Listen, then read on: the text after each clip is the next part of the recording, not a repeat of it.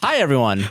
Welcome to a podcast will save this relationship. I'm Sarah, she, her. I'm Josh, he, him, and on today's podcast, You said that real aggressive. I'm Josh, he, him.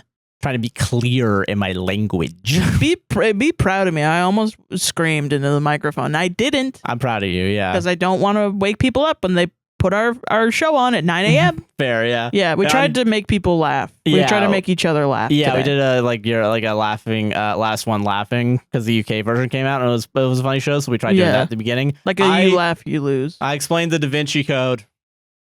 Explained is very loose. I talked about. I don't think anyone can. Not that Josh did a bad job. He did a great job. I mildly referenced the Da Vinci Code for an hour and a half or something. And then we did Reddit stories. And they were really good. Yeah. And it's maybe a completely normal one. Completely normal. It's not April 1st, wink, when this podcast Wink, goes out. wonk. Yeah. But yeah, don't forget to like, comment, subscribe, hit the gosh darn bell, rate us 5 stars on Apple and Spotify podcast. Timestamps are down in the description. There's also Patreon, Buy Me a Coffee at those websites. APWSTR, we got mutual aid links, Sarah. Yep, it's mutual aid. They're in there. In our link tree. Everything's in our link tree for sure. Go check them out. And we also have merch, PCRF. It goes to PCRF. Yep. And yeah, we're on everything. All the links are down in the description. Timestamps are down below. Enjoy the episode. Yeah. We need to go eat because we just finished recording. And I'm tired and I'm hungry. Yes. I gotta go. Yeah, so enjoy the episode, y'all. Bye-bye. Bye.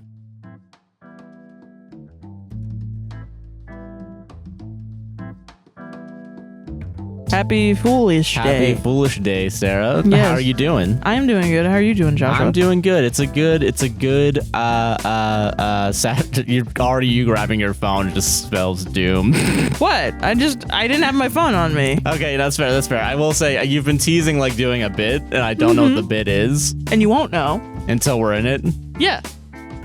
I'm not going to tell you what it is. It's a bit. Okay, gotcha. Josh yeah. went on his stream and said to everybody, we're not doing anything for April Fools without talking to me about it. Okay, well, I said I don't know if we're doing anything. That's not what you told me.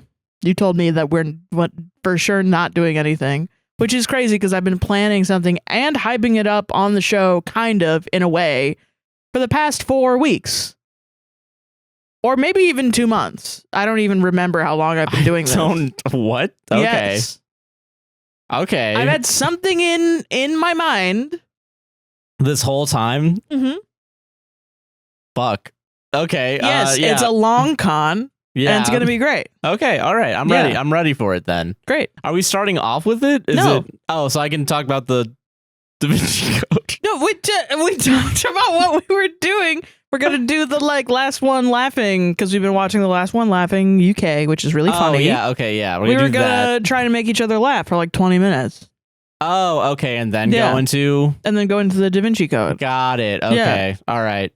Okay. So I've already lost though because I've laughed a bunch. Okay, but it hasn't started yet. Okay. So when are we fucking starting it? I don't know. Did you want to? That's so crazy. I want everyone to know that this is so insane what Josh is doing. Because we started recording the warm-ups to put on Patreon because it's easy to do and it's extra content for Patreon. So it makes it more incentive to do it. Patreon.com/APWSTR. Yeah. Anyway, so we did that and Josh started it and he introed it like it was a show that we were doing. And I'm like, no, that's not what a warm-up is. A warm-up is just we're talking when we're warming up. My body's like, that was the show, so now this is the cool down. And now we have an actual bit on our show, and Josh is like, when does it start? Like, what the fuck, dude? I'm sorry. Why are you torpedoing my bit? Okay. All right, I'll stop. Sorry. Okay. I don't want to torpedo anyone's bits. I'm sorry. I don't want to make anyone have the worst day of their job. I just want to know. Do any of these little fuckers come out and shoot a huge cum shot? Yeah. Okay. All right. Sorry. Okay.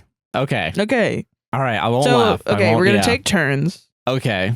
Saying things to each other, and neither of us are going to laugh. Okay. This is gonna be hard for me. I feel like I laugh at a lot of things. I know. Me too. And you make me laugh more than I think anyone. So I think I think people kind of shit on Jimmy Fallon for laughing a bunch. And I think sometimes it's a little too much, but I think he just enjoys living that asshole. So that asshole? Living, that asshole.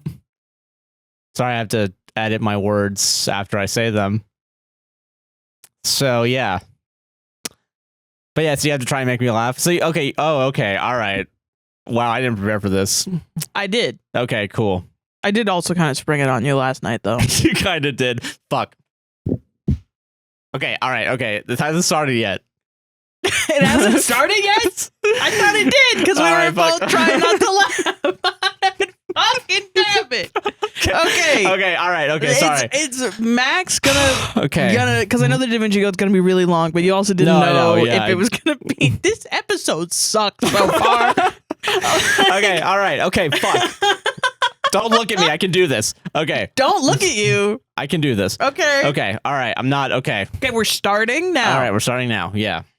I have a list of song titles that are in the public domain. Okay. A lot of them are from the 1920s and before. Okay. Because that's when the public domain started. 1929 is when the public domain started. Yeah, I remember that being a really good time period until it wasn't too. So that's kind of a good. It's gotta be good. That is how time works. Yeah. Yeah. There's good periods and bad periods. Yeah. Okay. Song titles. Okay, let's go. Aggravating Papa. Parentheses. Don't you try to two-time me. End parentheses. I feel like it's just what bad daddy parentheses don't fuck around with me. All right. No. So we've okay. That was not what I said. I What'd said you say? aggravating Papa. Yeah. Bad daddy. What is that? Aggravating Papa, right? Aggravating Papa. Yeah. Yeah. I'm translating it for a modern era. Oh, now I get what you're doing. I'll try. I just have to shut the fuck up for this entire thing. Got it. No, Okay. you don't. You don't have to be a catty little bitch about this. You don't have to. I'll be with... Okay, parentheses. I'll be with you in... End parentheses. Apple blossom time. Oh, that sounds nice. Are apple blossoms a thing? Because I know cherry blossoms are a thing. I don't know. I've heard about them a I also lot. know gin blossoms are a thing. Anchors away. So like one of those, like a sailing. Okay, sailing. Yeah. Christopher Cross. We also have one of those. Yeah. This one's my favorite. This is... I don't know. It's a little known fact. Paramore covered this song. Oh, really? Ain't We Got Fun. Yeah. They did do Ain't that. it fun? Yeah. Yeah, Real world. But yeah. the original was Ain't We Got Fun. Yeah. Asleep in the Deep. And the Beatles covered that one, right? Yellow Submarine. Do you think they were asleep in the Yellow Submarine? Do you think they weren't fucking and sucking each other's cocks? I've never listened to that song, so I don't know. You've never listened to Yellow Submarine? I've heard Bill Hicks do his like little "We all live in the Yellow Submarine." That's all I've heard of it. That's the song, then you've heard it. Oh, okay, cool, great. I'm happy they don't have to. Yeah, the song isn't "We All Sleep in a Yellow Submarine." Should be. Just like atmospheres of pressure on you. Good times. And then you blow up. Well, you wouldn't really blow up. You would just kind of like crumple into each other. Into each other, yeah. But to be fair, it's like because you weren't using a Mad Catz controller. You were using like a knockoff, like... GameCube controller. Yeah, exactly. Yeah. Chicago, parentheses, that toddling town. They based a musical off of that song. They Got did. it. Dark Eyes, parentheses, Orchicronia. Archicronia? Yeah. They named a disease after that one. Crohn's. So, okay, we got it. I'll just start reading down the list. Okay, got it. Yeah. Down around the sheltering palms, down by the old mill stream, down by the riverside, down home rag, down in the valley. A lot of down. A lot of geese. Any up? Wow, we are not good at comedy, huh? Well, yeah, we're not supposed to make each other laugh, right? Yeah, I guess so. Yeah, we're not supposed to be laughing. You know, this is, I mean, I'm surprised you don't know this. Okay. Because this is a Five Nights at Freddy's. Oh, Five Nights at Freddy's is in this? Yeah. Okay. Sweet Afton Flow Gently. Hey, hell yeah. Do you think...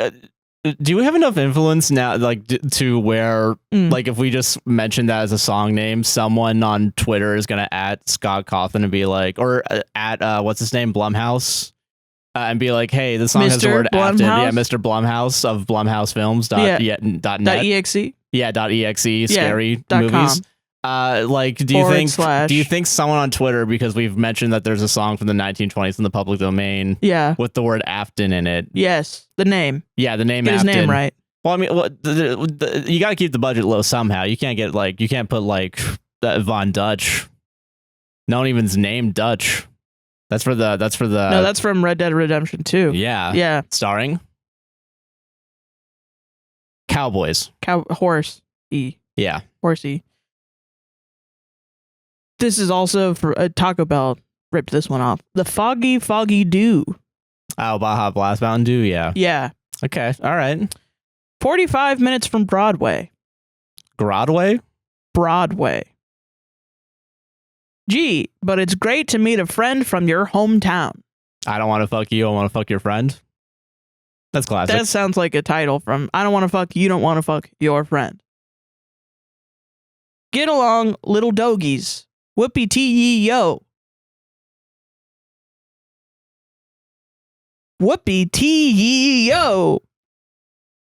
Well, is that Get along, little dogies. Whoopie tee yo. Is that one actually about sex? Because like you talk about making whoopee.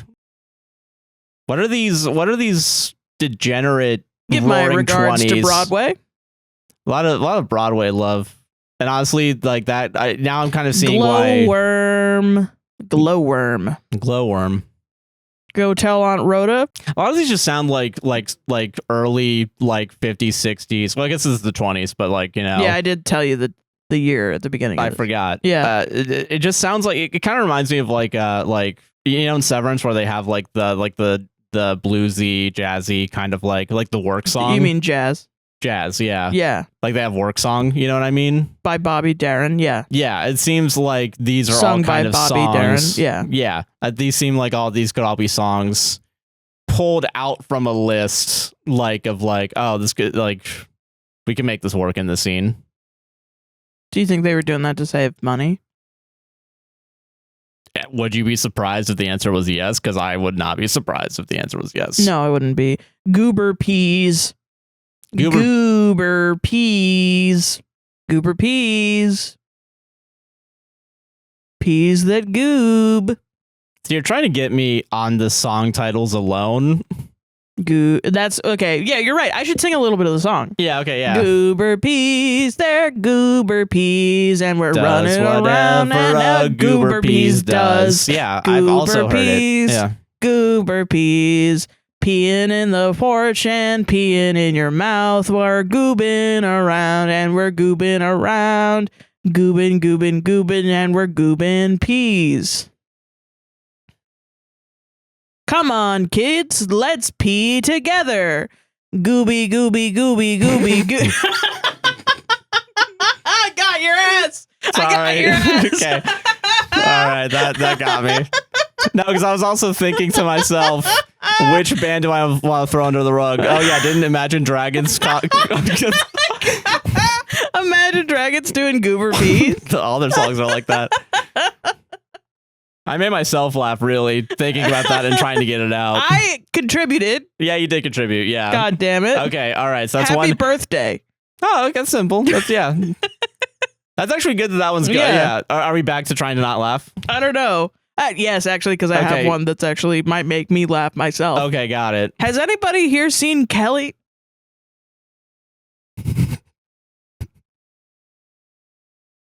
I get why that one could make you laugh. It's so fucking funny. It is pretty funny. Next to Goober Peas and like 45 minutes for Has anyone here seen Kelly? She's missing so hard they wrote a song about it. That's fucking crazy. Do you think that song actually helped her find her, or do you think like it didn't help? Has anyone here seen Kelly? Because like you tour around the country with it, like you don't Kelly, know. Where are you? It's basically a Forrest Gump situation where it's instead of Jenny, it's Kelly. Where the fuck is Kelly? Where the fuck is she? I don't know why it gets me, man. That is a funny title. I get really good. Yeah, I think you also laughing made me laugh a little bit there too. Okay. Yeah. Now I'm coming around on this. Now I'm like, all right, this list could make me laugh. Yeah. Yeah. How are you going to keep them down on the farm? Parentheses. After they've seen Brie. A song about lost and like, you know, the loss of like the gaining of knowledge. Yeah. That like Paris exists. No, actually it's Paree. Paris. That actually a city? I have no fucking clue what it is. I think they made it the fuck up, honestly. Fair. I ain't gonna give nobody none of my jelly roll. I don't want to play in your yard. I love a piano. I shall not be moved. I wish I could shimmy like my sister Kate. Yeah, you got me. I thought you were a little fucking. That's just that doesn't sounds like that. That just sounds like incest. I don't know that one. That's one where I'm like, I kind of get get ready why for that that one. Yeah. Yeah. I'll take you home again, Kathleen. That's nice. Actually doing a second date, not a one and out, you know? Yeah. AITA, sweet as apple cider. Also just nice. These are just nice. Yeah, some of these are these just all just nice. sound like nice songs. Yeah. Do you like Indian Summer? Do you think that one's nice? I think that might have some problematic undertones. Probably a lot of these do, actually. Yeah. To be fair, Goober, I got your fucking ass. Goober Peas has a lot of shit in there about genociding Native Americans, believe it or not. Yeah, what are the odds that you're just saying all these songs randomly and like one of these is actually it's about a lot. like It's a lot. It's like you just you 90%. Like it's 90%. like one of these is like where I'm saying like, oh, it's nice, but then you listen to it and like the first word's the N-word and it's like, okay, well, I scream, you scream, we all scream for ice cream was in this, and I looked it up because it was something my dad used to say. Found out it was very, very racist against Inuit people. Yeah. Yeah. Yep. Didn't know that. Had to ruin that phrase. Thanks, Dad. I feel like a lot of phrases, if you really looked into them, are stemmed from some sort of shitty place. You're a bundle of sunshine, aren't you? Yeah, it's a goddamn comedy podcast. Yep. I will say, I get why people laughed out of necessity on that show now. Like, trying not to laugh is difficult. KKK Katie. That one could be critical. Of Katie? Of course, you think it'd be Katie, you fucking racist. I'm talking about the KKK. You think, but it associates Katie with the KKK. So I'm assuming Katie's a part of the KKK. Oh, but yeah. for you, why didn't they just do who doesn't, KKK? you know, you're a liberal, so you don't, to keep your relationship with Katie, you don't associate her with her obvious political inclination with the KKK. Because I think if you sit down at a table with a Nazi to eat dinner, that's just a table full of Nazis. No, yeah, you're right about that. Yeah. Well, I'm glad I could convince you. Thank you. Thank you for changing my mind. So you admit that your mind was different before? Yeah, I get. What, am I not allowed to grow as a person? No. In the matter of 10 seconds? No. Because it's not real. I know what you fucking are. Hey. Joe Avery's Blues, parentheses, second line, the original. Not. Yeah, I got you, though. Yeah. I got you. That was a little, yeah. Not the second one. It's not the second Not one. the second Some one. fucking asshole stole that shit from me. This one's got your name on it. Oh, okay, good. Joshua fit the Joshua fit the Battle of Jericho. I don't want to be associated. Now, yeah, you know what, maybe Katie was, you know, maybe I don't want to be associated with the Battle of Jericho. How many more songs are there, by the way? Just like genuinely out of curiosity. Well, we're in the L's, so.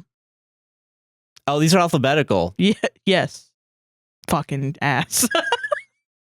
You bitch.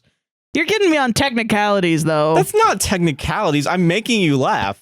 Whatever. That's the fucking game. Yeah, you're right. If I got a slam dunk in basketball, do you think the That's guy not a slam dunk. That would be like a layup that bounces off the backboard, and then you're like, that was a layup. And I'm like, technically, no, that's not. Well, it still got 2 fucking points. That would be more of a metaphor than the situation. All right, sorry, I still got 2 points. That would be like in this basketball game that is trying not to laugh on the show. MOTHER. Mother. Like the movie. You can spell. Starring whatever her name is. Jennifer Lawrence. Yeah. And other people. I was going to say Antonio Banderas, but that's not Javier Bardem's name. So Javier Bardem was in that? Yeah, he's the husband. Oh, yeah. I remember that's why I wanted to see that. He's too old to be her husband. Yeah. If they paired him with a actress of equivalent age, I probably would have seen that movie. Fair. That's fair. Yeah. Not that I don't like Jennifer Lawrence. She's all right. She's perfectly fine. Yeah. Okay. Loveless love. So not that. That's a good question to ponder. Yeah. You know? Ma, he's making eyes at me. That also feels like incestuous. Like, I feel like if I don't want to tell my mom, hey, that girl over there wants to fuck me real bad. What do you think about that? That's actually that's the next song. On this. Really? Yeah. Mom, don't. Mom, don't. that guy over there wants to fuck me real bad. What do you think about that? What do I do? Yeah. Make me a pallet on your floor. Parentheses Atlanta Blues. Okay. The man who broke the bank at Monte Carlo. Sorry. Man who broke the bank at Monte Carlo, comma, the.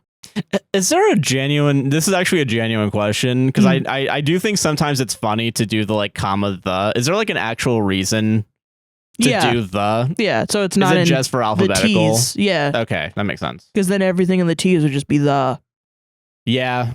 But I know some places do that. Like, I think when we did the record store day, I think it was the. Yeah, I mean, it's just people that don't know how to alphabetize. Well, they don't care about, like, they don't know how to use Excel. Yeah. Okay, yeah, that's it, yeah.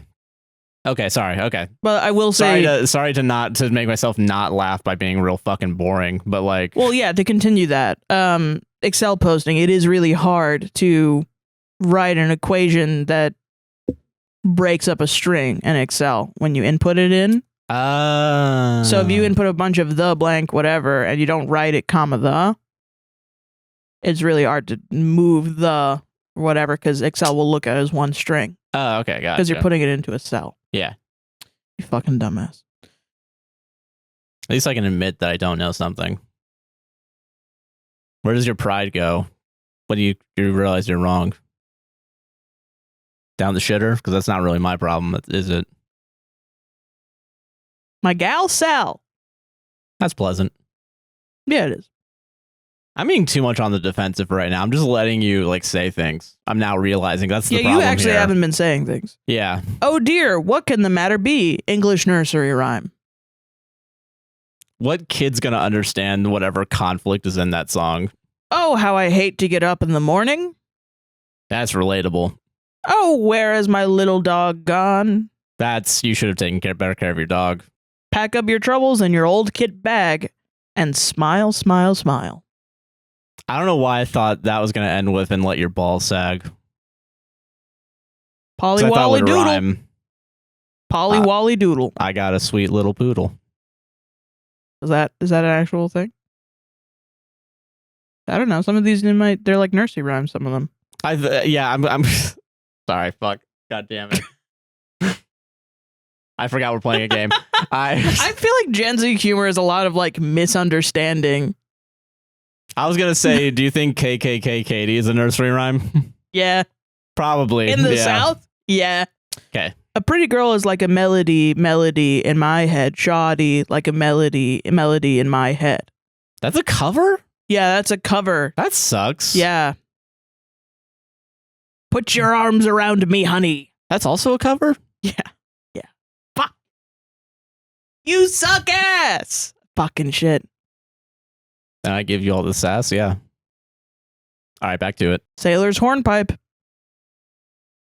Shall we gather at the river? Shimmy shall wabble. That one's racist. I kind of just feel it in my bones. Like none of those words are words we use today. So it's like, which group of people is that offensive to? Yeah. That's gotta be one where like just saying the title of it like should get you in jail. Do you think I'm going to jail? Why would they put it in here? Well, because they're probably in jail too. Oh, this is actually from the National Music Library. Is that true? Yes. You can get it for free. Oh. Yeah. That website's still up. They haven't taken that one down yet? Nope. Huh. Shortening bread. Sometimes I feel like a motherless child. 'Tain't nobody's business if I do. What's the context for that one? 'Tis the gift to be simple. Huh. To ralu rawl. To ralu. That's also like gotta be a raw. slur, right? Like that's gotta be like making fun of like a chant, you know? Toot toot tootsie. Parentheses goodbye. Trees. Is Bush's next? I think there should be an I feel like George W. Do you think like there should be like experimental like what are they called? Like the wall, like what the fuck are they called? Like Pink Floyd? Concept album where it's just different names of wow, like you trees did mean and fauna. Pink Floyd. Yeah. That was the only concept album, you know? I mean, to Pimp a Butterfly also. So you know too. What child is this? Not my child. What child is this? Written by a firefighter, I assume. When he's on a hot date?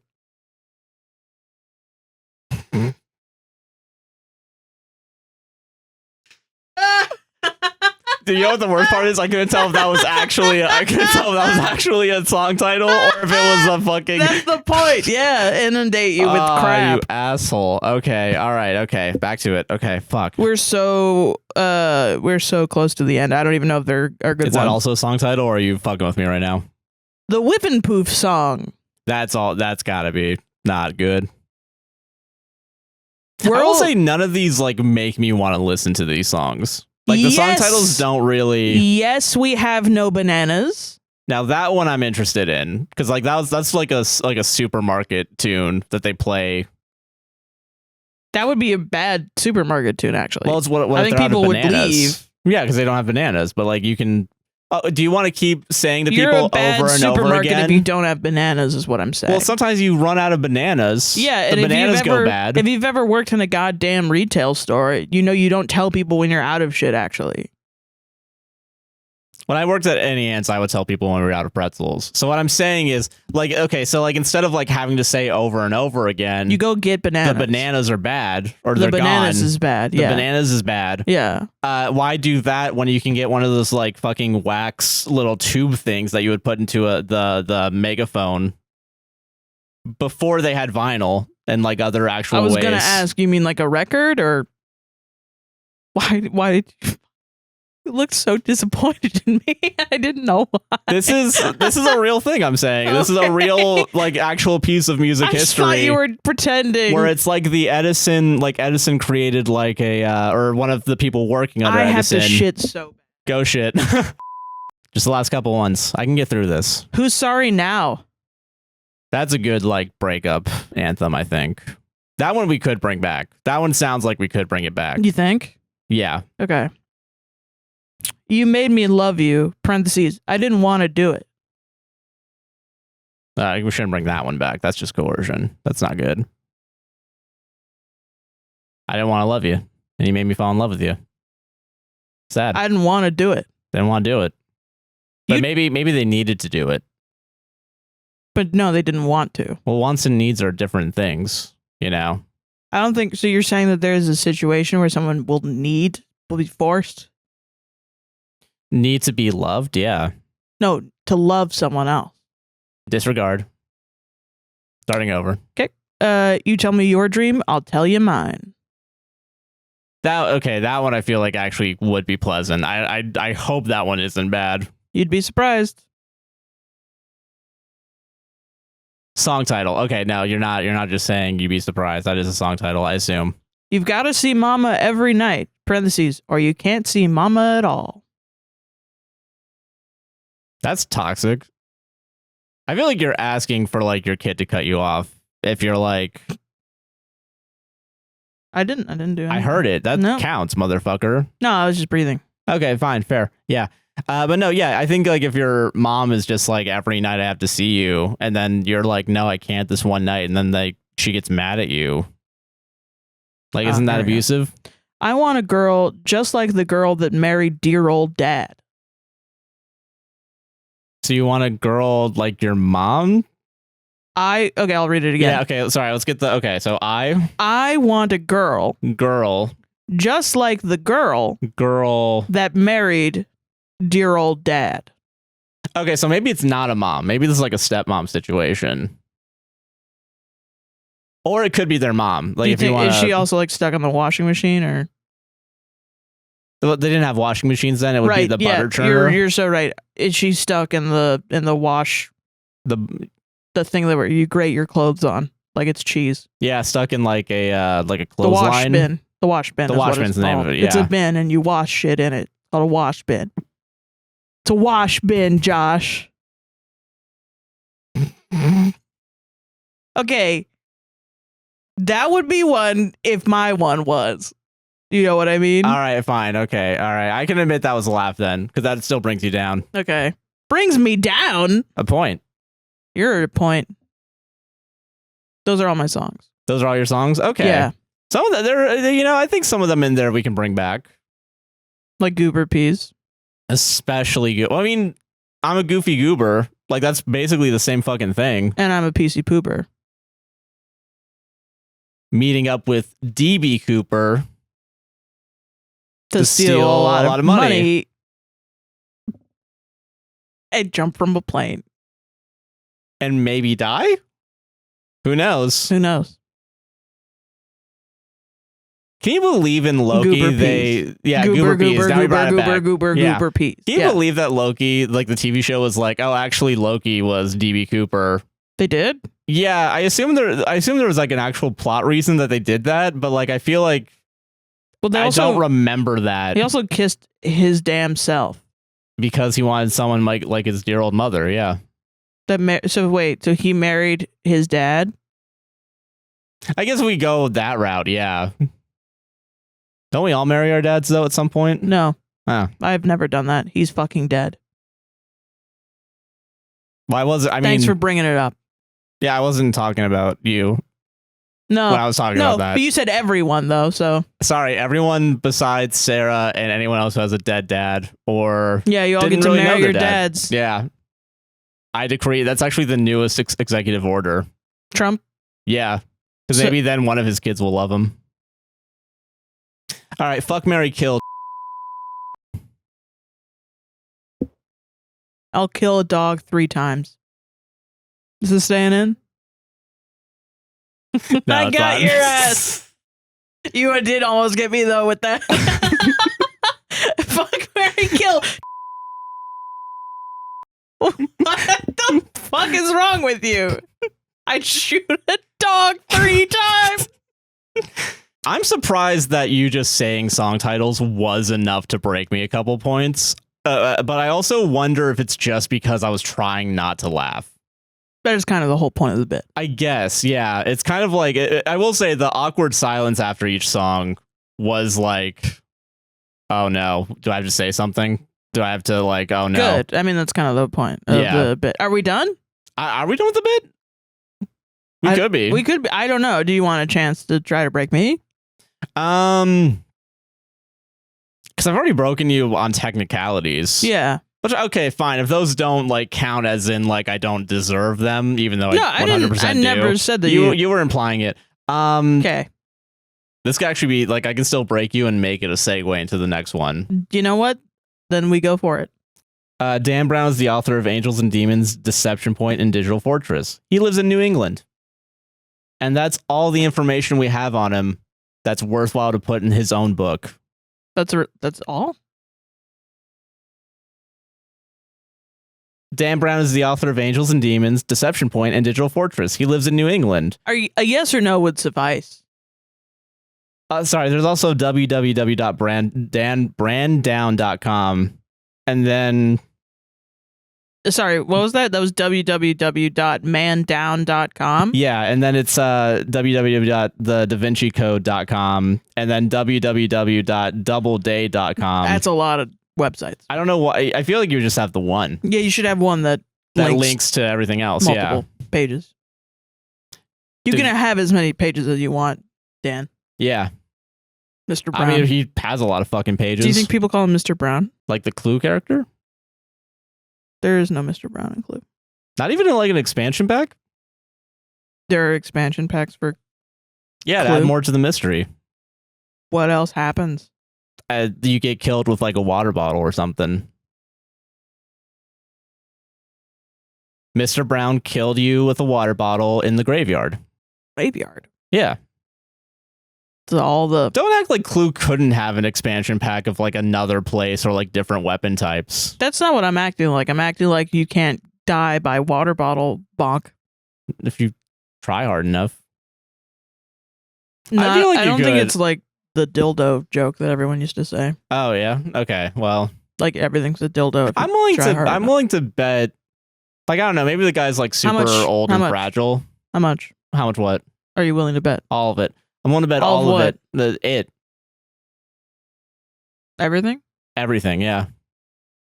I'm willing to bet you could kill like a really old, fragile, like bone, like skin falling off the bones already, person with just a water bottle, because at least it'll bruise them.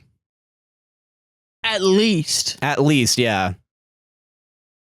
But you really do, like, at that point, you want to make sure you like finish the job, because then you're gonna like call Morgan and Morgan or some shit, and it's like you don't want to deal with that lawsuit. How would that call go? Okay, so like they use their rotary phone after they see the Morgan and Morgan ad in the paper, the feel like- Village's paper, I feel like that would peel off the skin of the finger. and that's why they by can't even itself. call. Like they put their finger in and they're like,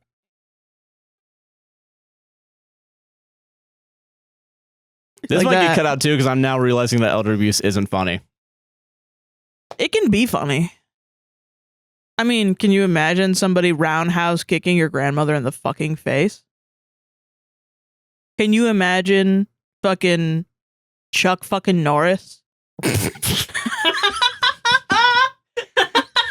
got your ass. All right, it's over now. I can't do I it. got you, bitch. I can't think of ways to break you right now. I'm sorry. I I really will can't. say, when you said withering off the bone, like you started describing an old person like it was like cooked meat, I started laughing, and then I started laughing at the concept that I'm such a weirdo freak that I started laughing at that awful morbid shit that you started saying. Oh God. All right, okay, red button. I lost Okay, for yeah, sure. okay, I we're definitely done. lost that. Okay, We're done. all right, okay. You can tally the points in the comments down below. At home, yeah, it's an interactive game. Yeah. Okay, all right. Wow. All right.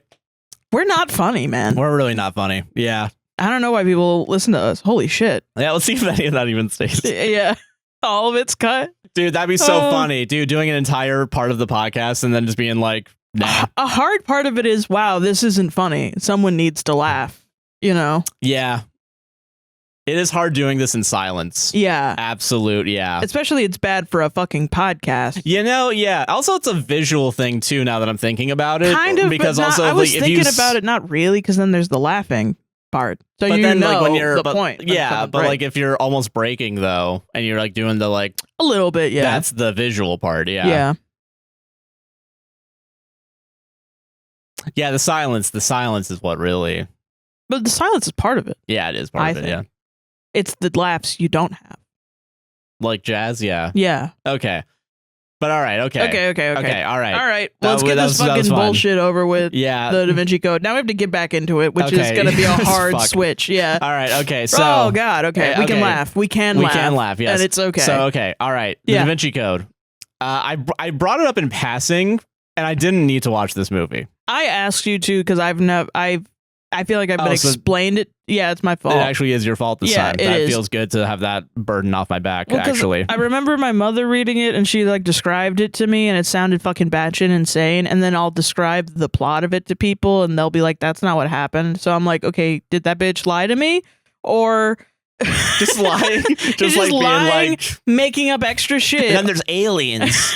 Well, she was talking about like triangles and other triangles, but Jesus had a wife or whatever. And I don't know. That's pretty close, actually. Yeah. So I don't know what I was missing because sometimes people be like, what are you talking about? And I'm like, but it's in the thing. And then I watched the Game Grumps play the video game. They have a video game? Yeah, the Da Vinci Code video game on the 3DS. And I watched the beginning of it and it was so fucking esoteric and terrible. I didn't understand what was going on.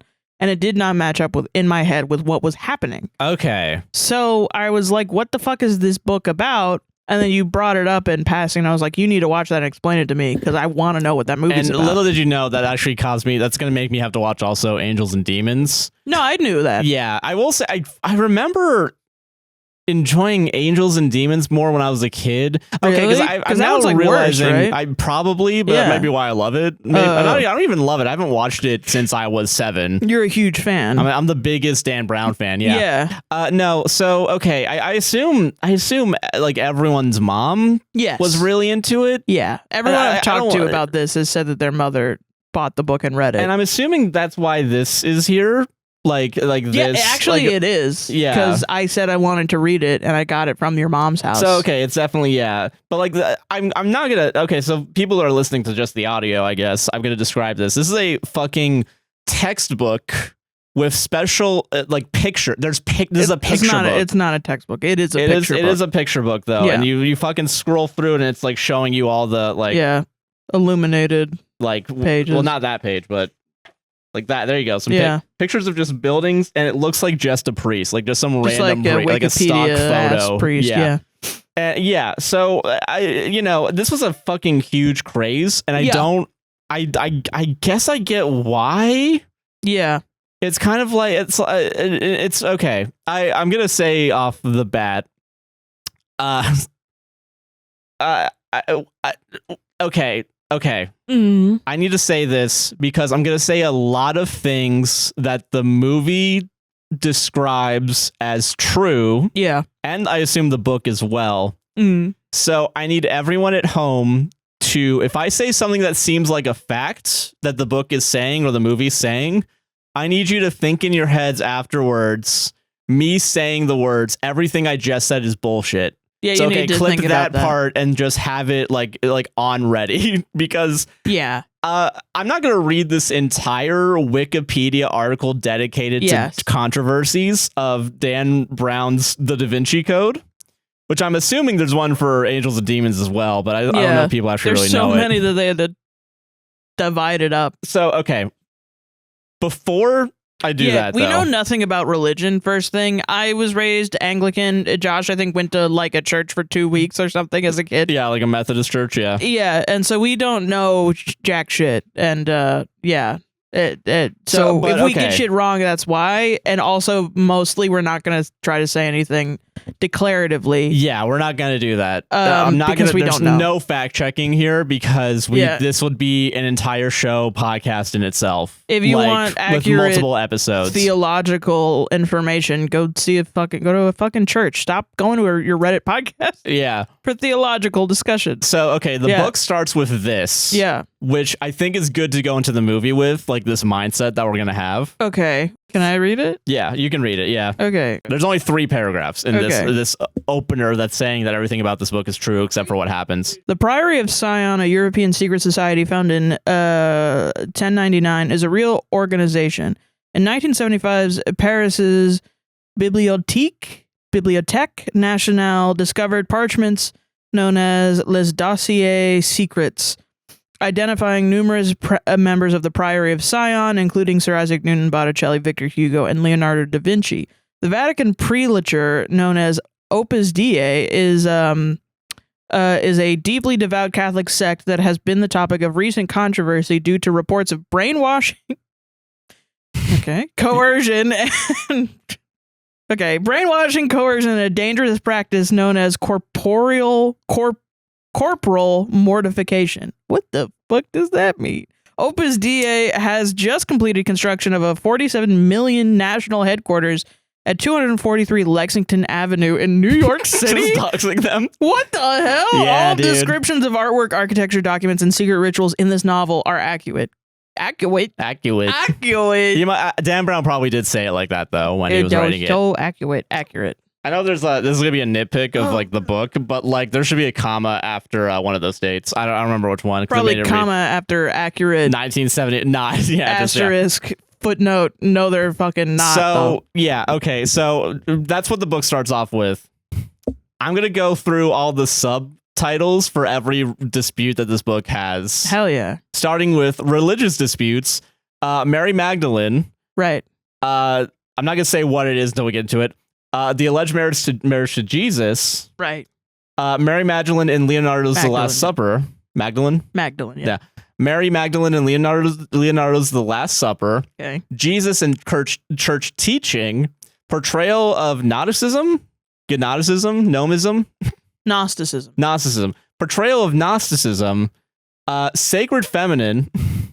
Yes. Goddess worship. The Israelites. The Bible. Israelites. The Bible. Opus Dei. Whatever it's however you pronounce it. Yeah. And that's the religious disputes. Historical disputes. We can't talk, man. This movie makes you stupid. Okay. Leonardo da Vinci, Knights Templar, the Holy Blood and the Holy Grail. Right. France.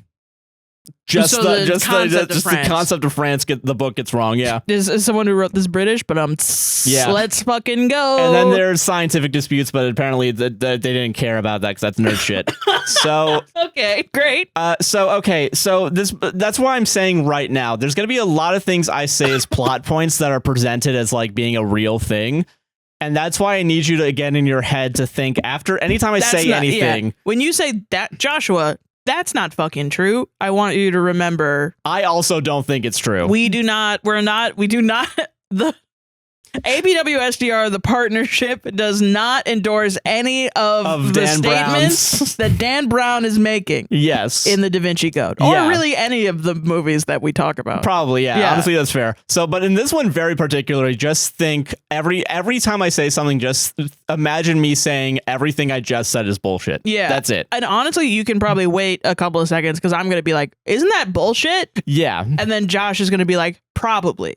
So that's probably going to happen 20,000 times in this discussion. And I'm going to try, because there's so many fucking details in this movie. Yeah. Because it's like, it's doing a lot with a little. I feel like it's a little, because it's kind of like, okay, so Tom Hanks is like a professor of like, I believe very like symbolism, symbology, I believe is what his like actual profession is. Symbology?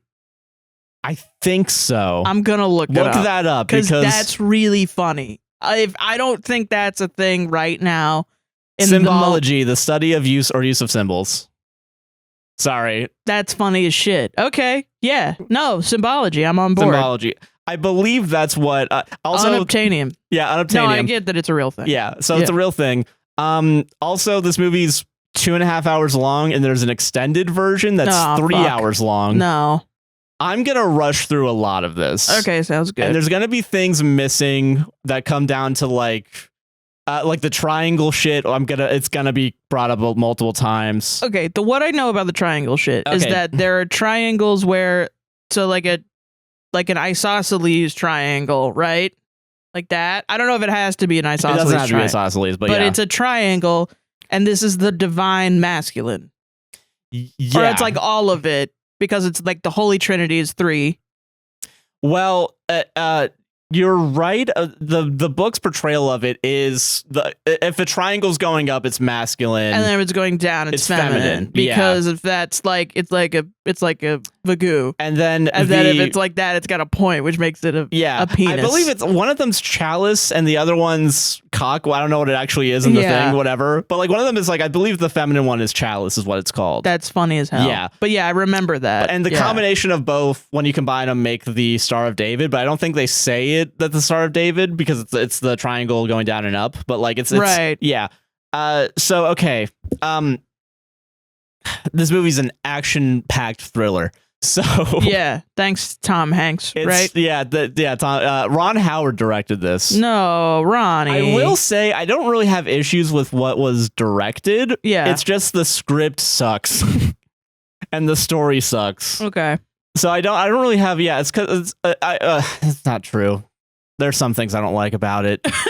There's sometimes, but I wonder if it is a script thing because sometimes it's like Tom Hanks describing like something that happened in like 14 whatever the fuck. I wonder if we could find the script online. Probably sometimes could. You can. But like there's points where like they do the like 1400s, like this is what the Knight Templars were up to, and then like it just like pans over to like the past, like it like fades into it. sheesh. So there's sometimes where it's kind of like, yeah, but it's not like so egregious that I'm like actively like fuck that decision, you know? Yeah, I get it. I've on this show I've seen worse. Okay, directorial decisions.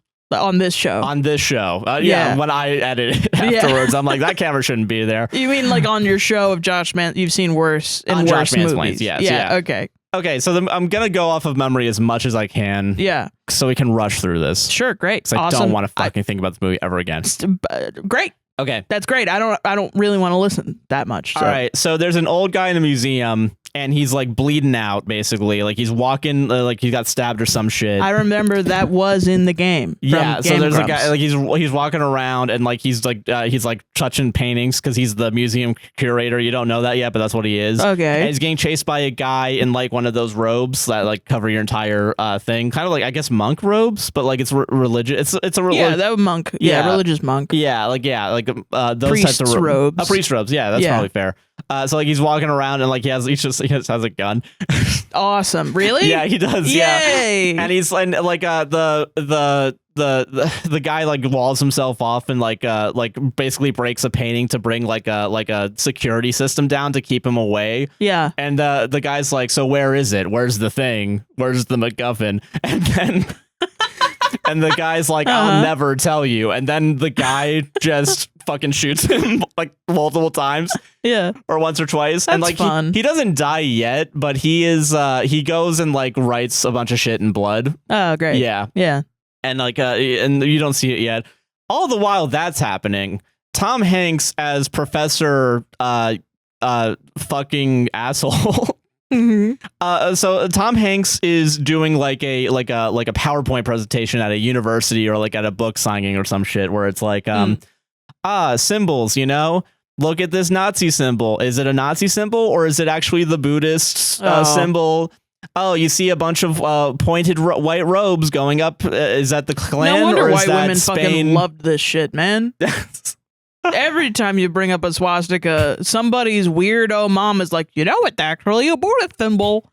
Well, you know what? Now it's a swastika, honey. Now it's Janice. Now it's a fucking swastika. It kind of got tainted. Sorry, yeah, it sucks. a little bit. Yeah. Yeah. It's not the Buddhist fault on that one. It's the Nazis' fault on that. Can we shut the fuck up about this? Yeah. Yeah. So like, and he's like explaining all that, and like, you know, and then I think the book he is talking, like he's sighing for is like a feminine book is what it's supposed to be, and I think I don't know if he brings it up immediately here where it's the masculine feminine. Yeah. It comes up a lot though. Yeah. So okay. I do remember in the my mom telling me she was like every 2 seconds talking about the masculine and the feminine. Yeah, because they use that as the way of like finding clues to the riddles. Which is funny because now, you know, like people genuinely talk about the divine masculine and divine feminine energy. Yeah. Like there's like a form of like kind of incel-y dating advice that has gone around where it's like, ladies, get you a man that is in his divine masculine energy so that you can be in your divine feminine. Yeah, if you are wearing the pants in the relationship and you're going to your job and you're paying all the bills, that's because you have a feminine man. And it bothers me so fucking much because it's like, no, just because your boyfriend is fucking unemployed doesn't make him a girl. Fuck you, man. As like a queer person that kind of hates that, I wish we could all just ascend and not gender everything. Yeah. I really wish that we could just not do this. And honestly, mostly when I see this, it's mostly straight women doing it. And I threw my hands up and I was like, I'm not getting into this. Yeah, okay. I don't care. I don't care. Holy shit. Fair. That's fair. You guys are making yourself crazy, but I'm sure that's a pipeline to fascism. Probably. Honestly, I think it is, yeah. Every time I hear someone be like, I'm trying to get in my divine feminine energy, I think about fucking the Da Vinci Code, which is really funny to me. Yeah, fair. Okay. So basically, what is it? Oh yeah, there's another one that's really funny. It's like, oh, you think this is the devil's pitchfork? It's actually Poseidon. Fun times. So okay, he's signing a bunch of books for like. Isn't it like just a hay thing? Like a pitchfork. Yeah, pitchfork. Just a pitchfork. It's just for hay. That's why like the reaper is like a sickle for like harvesting things. Assume everything I say is bullshit. Sorry, right. You're right. I'm sorry. You're right. I'm sorry. I don't want to. We don't have to. This is a movie that if we actually we're gonna be here all fucking night. I'm sorry. You're so right. Kid. I'm sorry. You got my ass. You're so right. But you're right. You're right though. You're the one that's right here. And this is the problem: is that it brings up arguments where we're just like when I was a kid. I remember my mom told me this, and I was a child. I was in like elementary. I was watching Homestar Runner. That was the extent. Yeah. And then she was like, let me drop my kid off at Sunday school because I don't want to fucking be around her, and I'll go schmooze at church and feel like I'm a good person or whatever. So she dropped me off at Sunday school, and my church was building a church. Like, oh, really? Yeah, they were like building it. So we were in these like trailers to do Sunday school in, which was honestly kind of baller. Okay. Yeah. I did like it, not gonna lie. But it was, whatever. So we're sitting there and we're talking. And I'm at the age where they start like telling you stories from the Bible and trying to give you moral stories of Sunday school rather than just you sit around and you color in a Jesus Loves You coloring book or something, a jack shit comic about how being gay is a sin or something. Yeah. And he's just like this guy is talking to me about stuff and about Jesus and Mary and whatever and Adam and Eve eats the apple and women and whatever. And I remember being like, but hey, my mom told me that that Jesus married. Did Jesus ever get married? And he was like, no, where did you hear that? The Da Vinci Code. And I was like, well, my mom was reading the Da Vinci Code. And he goes, we're not talking about that. Yeah, we don't need to talk about that. Yeah. And even though that motherfucker was so fucking right, to not let this garbage into his church. Yeah. That did make me feel like my questions aren't being answered. I'm going to leave the church emotionally. Yeah. Yeah. Yeah. That's stupid. Yeah. But he's right. Now that I'm an adult, yeah.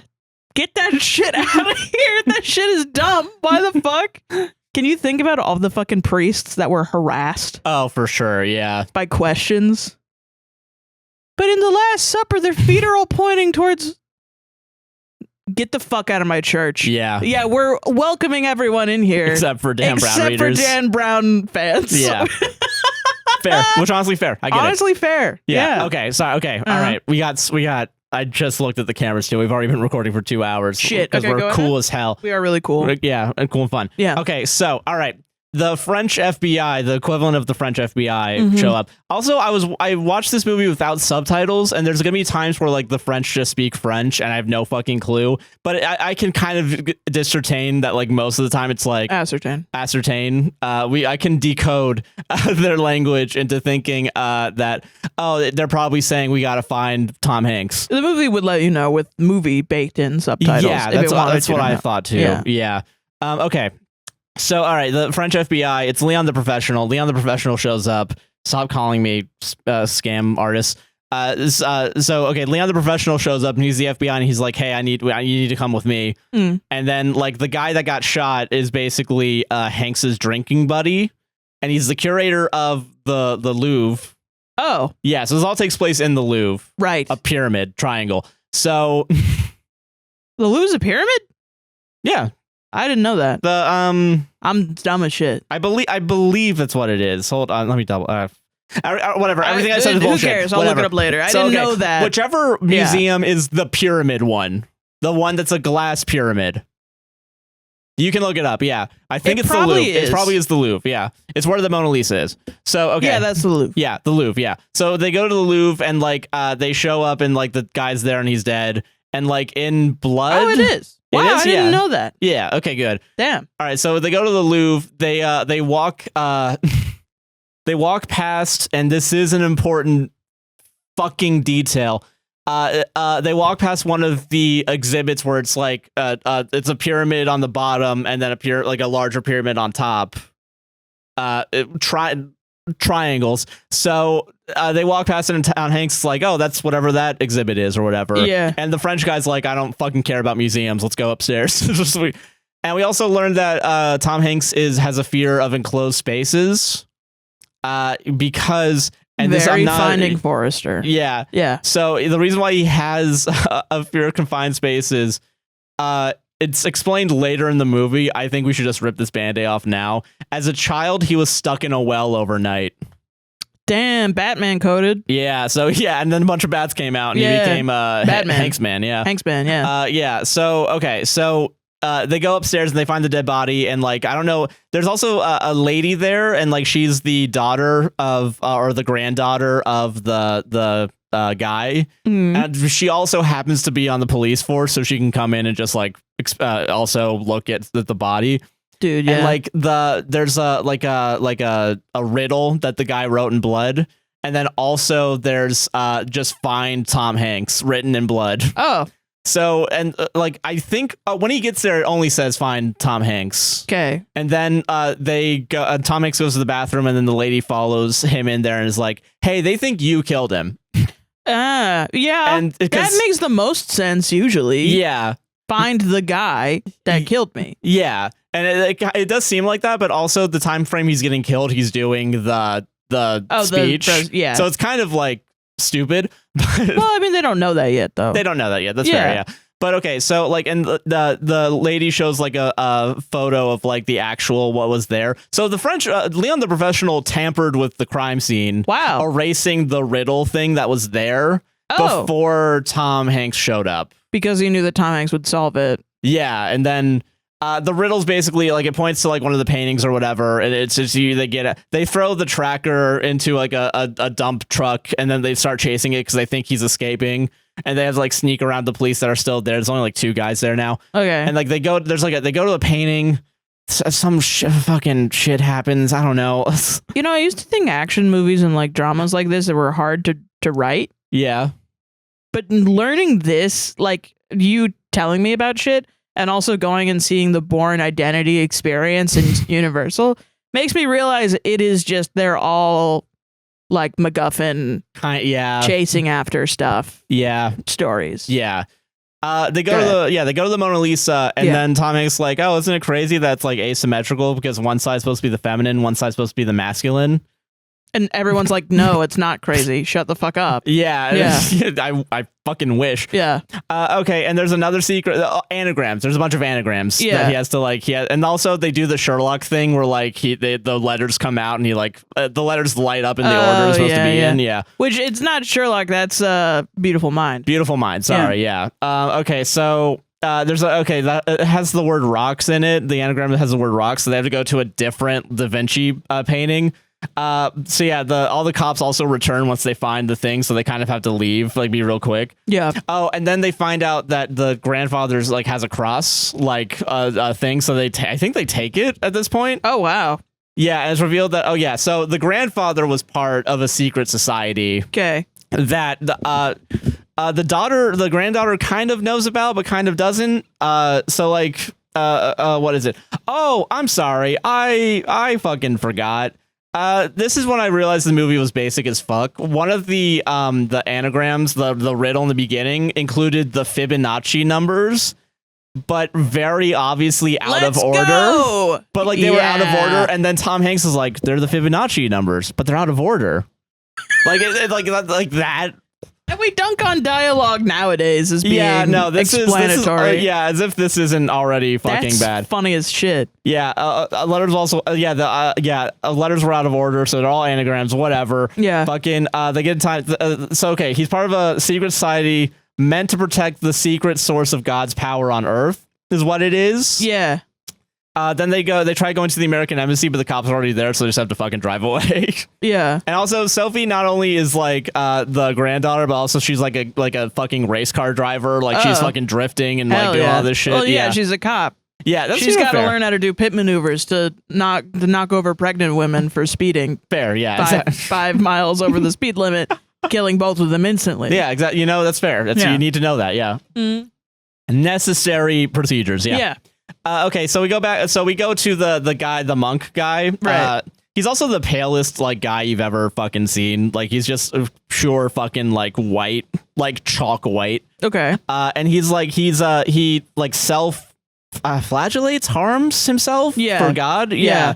Where he tightens up like his knee and like he like whips his back. Damn. How he says I'm assuming some sort of prayer. Damn, son. I don't believe he's what is it? Okay. So that's happening.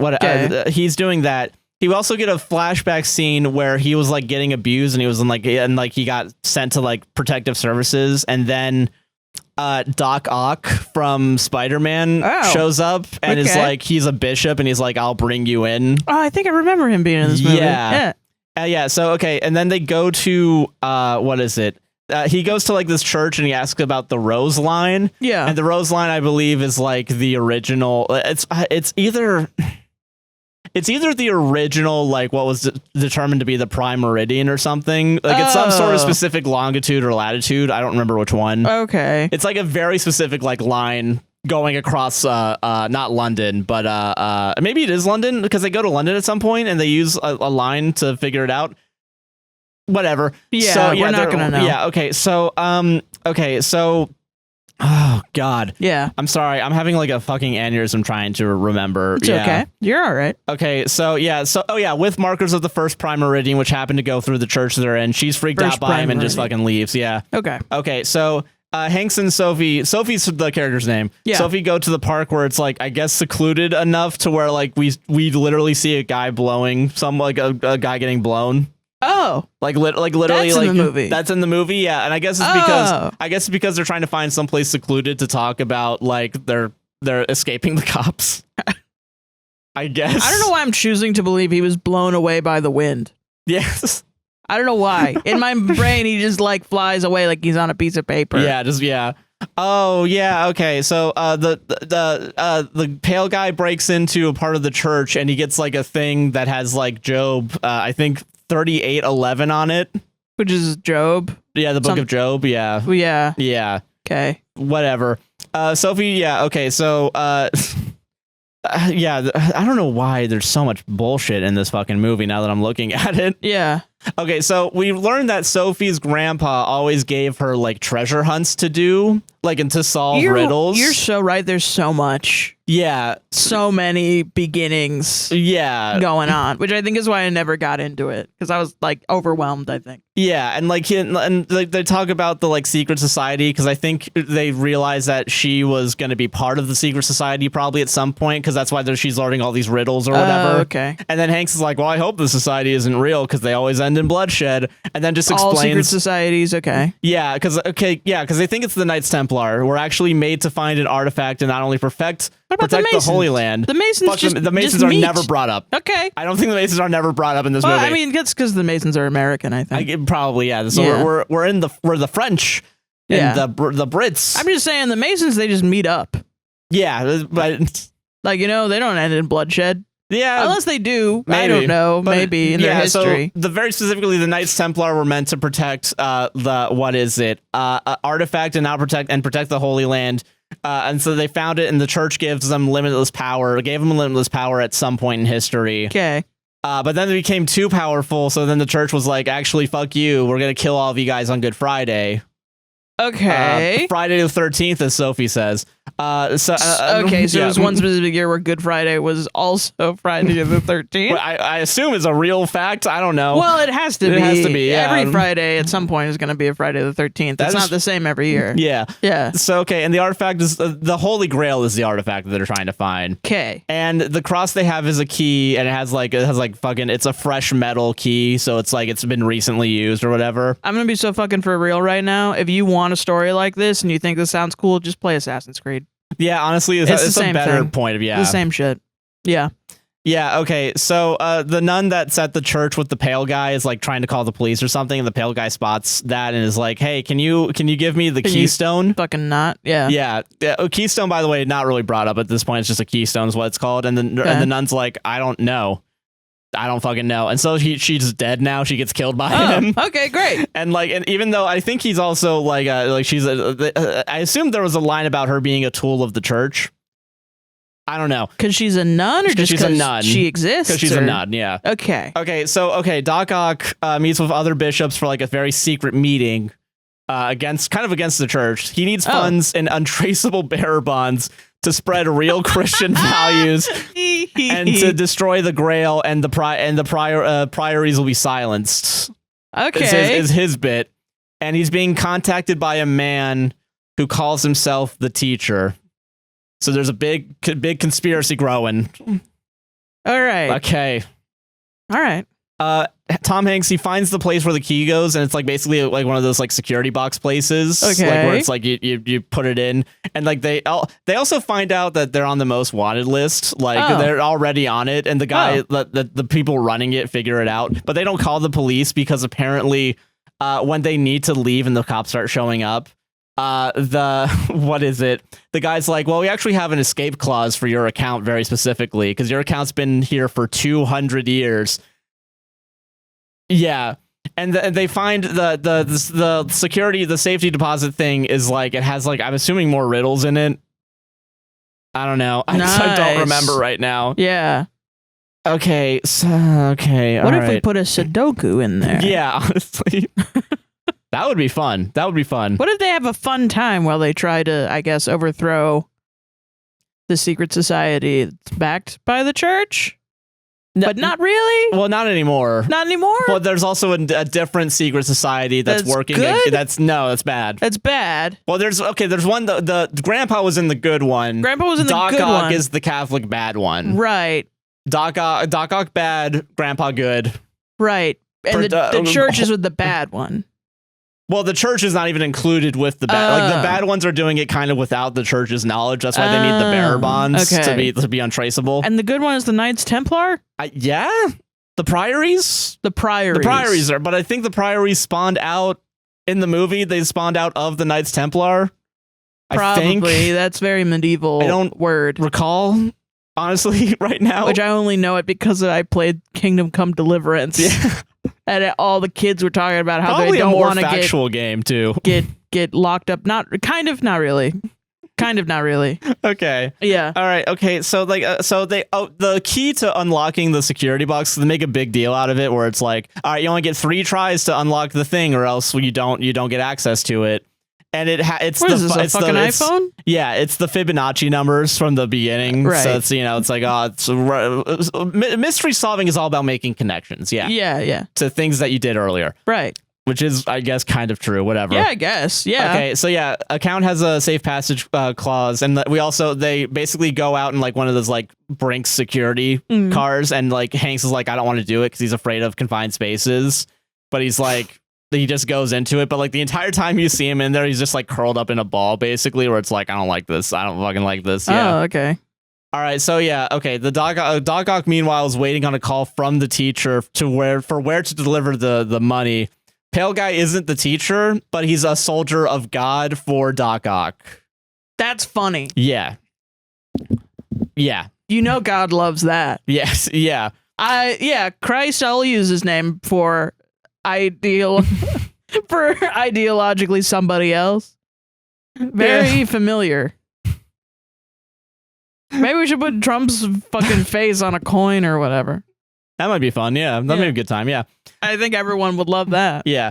All right. So Sophie and Hanks are talking about religion. Like Sophie's an atheist, who only believes in people, and Hanks was raised Catholic.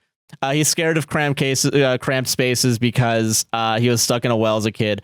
The box that they have has a cryptex, parentheses, Da Vinci's design. Da Vinci, right. Yeah. That if they get the info wrong or try to force the thing inside of it to try to break it, since it's a papyrus, I believe, there's a vial of vinegar, and if the vinegar breaks, it destroys the thing in it. That's kind of cool. Yeah, and I believe the thing is the thing that leads them to the Holy Grail eventually, and that's why they can't, or it's part of it, yeah. It's the MacGuffin. Yeah, it's the MacGuffin, really, yeah. Yeah. So her granddad at some point gave her a cryptex, that's why she knows about it. Yeah. Also, she tries to help him stop being like so scared of cramped spaces by basically just like holding his forehead. And she's like, this is something that my grandma did. And then Hanks is just cured of being scared of cramped spaces. Like, it works. All right.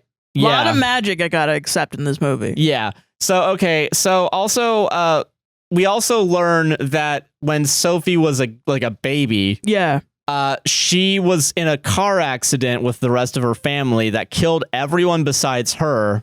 Oh. Because what happened was like they were driving, and the way it's shown in the movie is really funny. It's like both well, it is funny. Yeah. Okay, so like the car accident, how the car accident occurred, at this point, as we know it in the movie, is both of the parents, including the one driving, were just like looking back, and then as they turned around, a truck just shows up out of nowhere. So they weren't looking at the road for like 10 seconds. I mean, yeah, though. Yeah, so like they died in that, basically. Listen, I don't drive often, but when I drive my trucks in Farming Simulator 2025, kind of hard to... and I look at the TV for 2 seconds, I am 100% driving head on straight into a lamppost. Yeah. And or another car and or a train. Yeah. So, and you're yes. dead, yeah. Yeah. Or my parsnips are going everywhere. Yeah. Or else, dude, that's fucked up. That's money on the ground. Yeah. I know, it's a lot of money. Yeah. Okay, so the guy that's driving them, that's the guy that ran the security box place. He like holds them up at gunpoint once they stop somewhere, and is like, "All right, you're gonna tell me what the fuck is going on, because you're the oldest account, and you guys are wanted. So what's going on?" And Hank's like, "We're not gonna tell you anything." So he just shoots into the thing, and it like ricochets off of everything. And the shell happens to land right where the door is supposed to close. And they're both like, "We're not going to tell you anything." So like the door closes like on the shell, and it's not able to close. Yeah, because that's what happens. Because like the guy is like, "All right, I'm driving you guys somewhere else," and he starts closing the doors, and then it doesn't happen. So then Tom Hanks just like fucking pushes the door open and hits him in the head at some point. I don't know if that happens immediately, and like they have some sort of fight, and they eventually. That's funny, man. Yeah. That's really funny. Yeah, so yeah, just what's it? Maybe it would work. I don't know. It just sounds so ridiculous. It is, yeah. And they bonk him on the head with the door, causing him to bleed, and then they just drive away, taking the truck without the guy that tried to kill them. Bonk. Yeah. Yeah, okay. Also this is all stupid. I'm sorry. I'm just realizing this is all dumb. Yeah. While they're driving, Hanks asks Sophie, like, why does she hate history? What? Yeah, and what I thought happened? She was just an atheist. I didn't think she hated history. But yeah, because she's like, well, he's also like, what happened between you and your granddad? And he's like, he's basically like he was grooming you into joining the priory, like using all the puzzles and shit. Yeah, why are you fucking mad at him? Yeah, he's like, I know a guy, and he's also like, I know a guy who's like super addicted to learning about the Holy Grail. So we're gonna go talk to him. Okay. And then the driver gets questioned by Leon the professional, whatever, who cares? Okay. Hank shows up to the friend's house, has to do more like riddles. That's like the first question's like coffee or tea, and the answer is tea, whatever. And it's Sir Ian McKellen in this mansion is the contact, basically. Baller. And the butler is like very like suspicious of them and very suspicious of everyone, because he also knows that they're most wanted, because now the TVs are showing them as being the most wanted. Wow. Okay. Yeah. Leon, I believe I wrote in this that Leon the professional calls Doc Ock, but I don't actually remember if that's a thing, or maybe I just got it wrong. Also, for our younger audience, Leon the professional is Gary Oldman, the Sirius Black. No, it's not him. It's not him? Leon the professional is the French guy in that movie. Gary Oldman's the CIA agent or whatever. Oh, you're DEA right. guy. Who's the actor that's... I actually don't know what his name is off the top of my head. I'm going to look it up. He's also in other shit too. Whatever. Okay, you look it up. You keep saying Leon the professional. I'm like, I wonder if people... I haven't seen that movie. No, and honestly, good. But that's the thing everyone knows him for. So whatever. Okay, so all right. I'm going to look up his actual name. Yeah. John Reno, yeah. Jean Reno.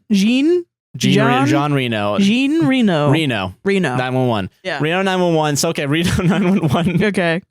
Okay, so yeah, he calls someone. I don't remember who it is. It might be Doc Ock. I don't fucking remember. Mm-hmm. But it's also like, I think it revealed at the end that he's not really a bad guy. Like, he's just a guy. It's weird. Okay, so all right. I'm seeing. So okay. I'm going to go power through this explanation. All right. I'm going to move the mic away from my mouth. His butler, the pale guy is called and probably told where Hanks is. Also, Jean can through facial recognition in the camera that was used for Hanks to answer the riddles for Sir Ian McKellen, which I guess is connected to the internet. They find out that he's at that house, so the cops know where he is now. Okay, so what the fuck is it? Okay, the Holy Grail is the power of the church. The Holy Grail isn't a cup. Emperor Constantine, who looked over the current version of Bible, wasn't a Christian but a pagan. 3 centuries earlier, Jesus talked about one God, which then caused conflict between Christians and pagans later. Constantine made it official that Jesus was son of God instead of a mortal. Sophie's like, how many died because of this bullshit? Agreed. McKellen shows Da Vinci's Last Supper has no actual cup of wine, which means it isn't the Holy Grail. Triangles are representative of manhood, rudimentary and phallic.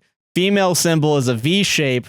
Chalice, womb, Holy Grail is actually a woman, and it's the woman to the right of Jesus in the painting. It's Mary, who wasn't a prostitute, but Jesus' wife. Pale guy also at this point is climbing the fence into the mansion. Mary and Jesus are mirror images, and also they make a V shape in the negative space of the painting. History makes it true because companion literally meant spouse back in the day. Mary was supposed to run the church. She was pregnant and gave birth to a daughter. And McKellen is pissed that they're on the news, but Hanks is like, and Sophie is supposed to be the next Grandmaster and shows the rose cryptex because everything's the rose is a symbol on the cryptex, whatever. Sophie apparently would know how to open it, but Hanks is attacked by the pale guy and tries to steal the Keystone cryptex. But McKellen attacks the pale guy and they escape by car as the police chase them. So yeah, just again, everything I said is probably bullshit. So yeah, because I was like, I didn't think that he was drinking from the fucking Holy Grail in the Last Supper. Like, I didn't think that was a thing. I don't know, I was never taught that in Bible school that he was drinking from the Holy Grail, but I guess, like, what is the Holy Grail? It's lady. If not the thing that he drank. Like, I've never thought about the Holy Grail too hard. Yeah, neither have I. So I guess that makes sense, is that's why it's the Holy Grail, that it's the thing that he drank from at the Last Supper. Yeah, but okay, so but that's fucking dumb because it's a fucking painting. He wasn't there seeing it, right? But I guess in the movie, what they're trying to say is this is knowledge passed down through the secret society is that the that bloodline Leonardo da Vinci was in. Yeah. Okay. Yes. Which is that it and was. So yeah. I'm gonna say also very specifically, Sir Isaac Newton was in it as well. Okay. Because he's the key to all of this. Because we haven't had a funnier character before. So. He's a key part of this also. Okay, cool. One thing about this that I've always felt, it feels really homophobic. Weirdly. I get. Am I crazy to think that? Because it feels homophobic in the way that my mom was kind of homophobic, where it was like she was like, I'm fine with gay people. Gay people are fine. But it's in our creation from God. Yeah. That there's the masculine and the feminine. Yeah, no, and they're supposed to come together. Yeah, to make like it fits. Yeah.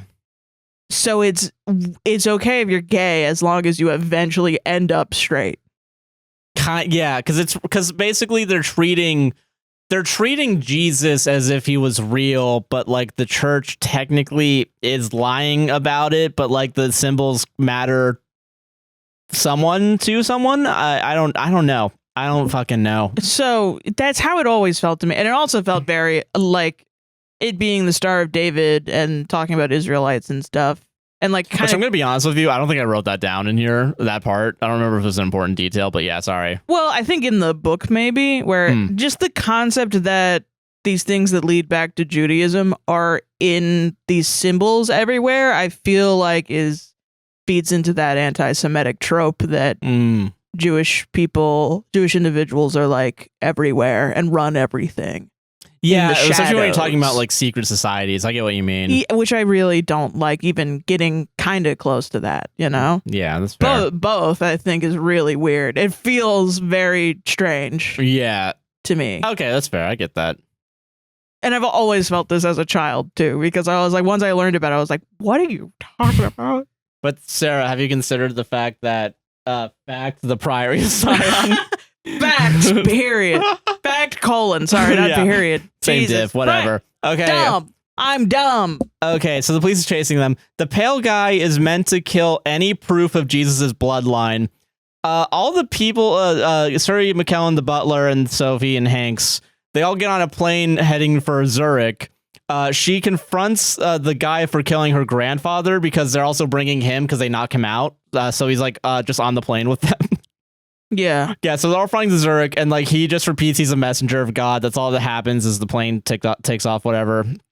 Doc Ock does get the bonds and guarantees destroying the Grail, including the documents and sarcophagus, and will stop the bloodline. So the Holy Grail is actually the sarcophagus holding Mary's dead fucking body. Oh. Yeah. Okay. All right. So they're just testing 5-letter words on the cryptex.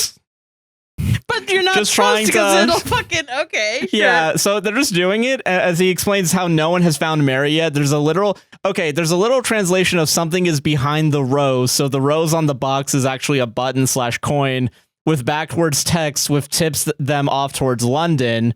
The French cops then realize that the plane is going to London, so they call the UK police and be like, hey, fucking arrest these guys.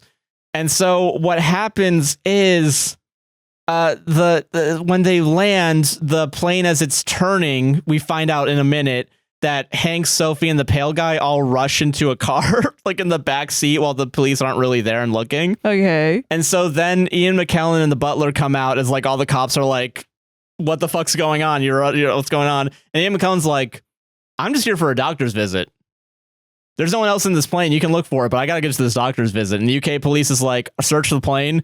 They're not in there, and they're like, all right, you're free to go. Okay. Yeah. So, okay. Cool. Yeah. Good stuff. Yeah. The bishops that are with Doc Ock are like, if the Vatican find out about this evil bishop, the council, they'll be excommunicated. So basically, they're not the bishops that we've been seeing that are talking about killing Mary's bloodline or whatever. Yeah. Has been basically like they're going against the church, I guess. Right. So it's like I know excommunication is like you're not even in a person in the eyes of the church essentially anymore. Yeah. Yeah. Like no one's allowed to talk to you. Yeah. Yeah. Okay. Yeah. Okay. Sorry. I'm aneurysm right now. Okay. That's fine. It's all right. All right. For content. Yeah. All right. So the trio, they walk in London and McCallum just tells Sophie like Hanks's trauma about being stuck in a well. Cool. Overnight when he was a kid. Good stuff. They arrive at a church and they just describe the tombs they think they need to go after for. And like, there's an orb that they're looking for. There's an orb? Yeah, but Hanks is like, they're not tombs, but they're effigies. So Sophie's scared and pale guy breached containment with help from the butler, who double crosses them and just slaps Suri and McKellen as the pale guy holds Sophie by knife point. Then the pale guy throws McKellen in a trunk. Then the guy tries to shoot Hanks and Sophie, but a bird flies from the ceiling, distracting them. So then Mark Pro shows up and has to beat up the birds with a broom, and then it causes the beam to collapse. What? Sorry. Okay. Sorry. I'm adding shit from the Oscar special. Oh, I was gonna say. I was like, he's in this? No, I wish. How is he not famous earlier? Movie, yeah. The guy tries to shoot Hanks and Sophie, but a bird flies from the ceiling, distracting him, so they escape. And there's a chase, and they're like, they won't kill McKellen, but we got to get to a library. So the teacher's the butler, or that's what we're told at this moment, as like the butler drives the car with the pale guy and McKellen in the trunk. Weirdly, I knew that as soon as you said the butler was being weird. Yeah, he's being a little weird, little freak. Yeah. Yeah. So, okay. So, the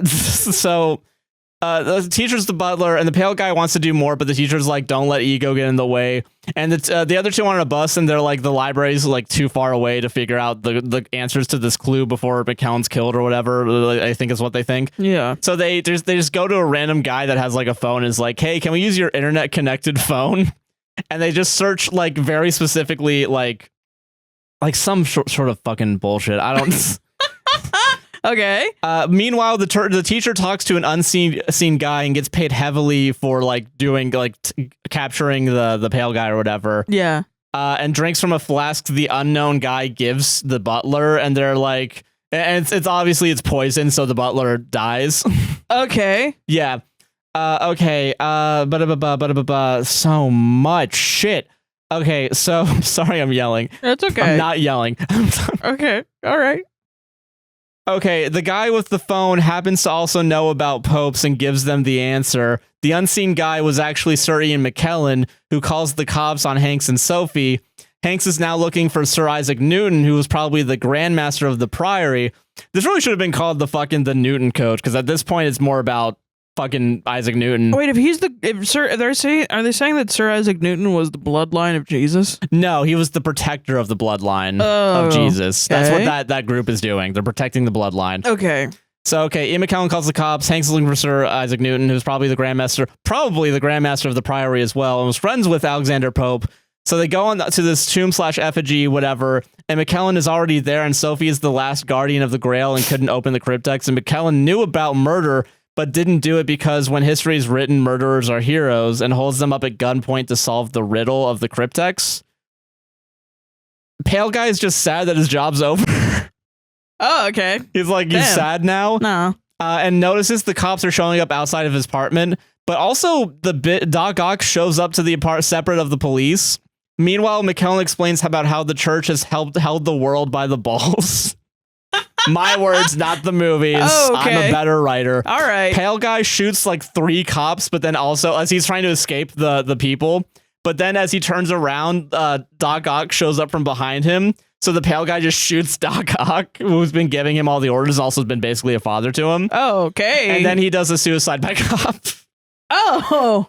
This movie's fun. He does a suicide by cop? Yeah, because the cops come around him to drop the weapon, and he just doesn't drop the weapon. Wow. As he's over Doc Ock's body. Yeah. Okay, so the pale guy, we've been betrayed. It says Doc Ock tells the pale guy that they've been betrayed. Yeah. By Sir Ian McKellen. Yeah. Because Sir Ian McKellen wants to expose the church's secret of the bloodline of Jesus. Okay. Yeah. But I thought they were trying to expose the bloodline. But it switched at some point. Who, the Priory? No, the Tom Hanks group. They're not supposed to expose the bloodline. They're just trying to figure out what the fuck's going on. Yeah, they don't really have a. They don't really have a motive, for them. yeah. Other than trying to figure out about the death of their grandfather. Why is all this shit happening? Well, it's because it's a riddle, and the grandfather wants Sophie to eventually take over the secret society or whatever. Okay. Okay. So at this point, I would be like, all right, I'm going home. Yeah, just be like, fuck this shit. Yeah. Yeah. Doc Ock, what is it? Okay. All right. Okay. Doc Ock is still alive, actually. Even though he gets shot by the guy, but so the pale guy thinks he's dead, and that's why he does a suicide by cop. Okay. I'm remembering now. McKellen wants to expose the dark con of man and show that Jesus was mortal and not miraculous. Doc Ock is still alive, but gives the game by telling Leon the killer's name, and Leon's like, Langdon never came to you in confession, and it was one of his followers, and Doc Ock is like, I can't be implicated, and Leon's like, you used me, and Doc Ock is like, God uses all of us, and Leon's like, book 'em, boys. Traces his phone, and your boy, the pale guy, is dead, because he's suicide by cop. Right. Okay, McKellen is like, the Priory was supposed to tell everyone about the heir, and he sold out the enemy by pretending to be an ally who worked for free. And he's actually the teacher, and tells Langdon to get on his knees, but not Sophie, since she's the guardian of the Grail, and she's the only one who can expose the truth. So, they're open, the cryptex, and she's like, I don't know what it is, and even if I did, I wouldn't tell you. So then she kneels on her knees, ready to die, but he's like, do it or I'll kill Hanks, your hero. And they yell at each other, but she can't really do it, as Hanks is like, so Hanks is just like, I can solve it. Okay. So why the fuck didn't you earlier?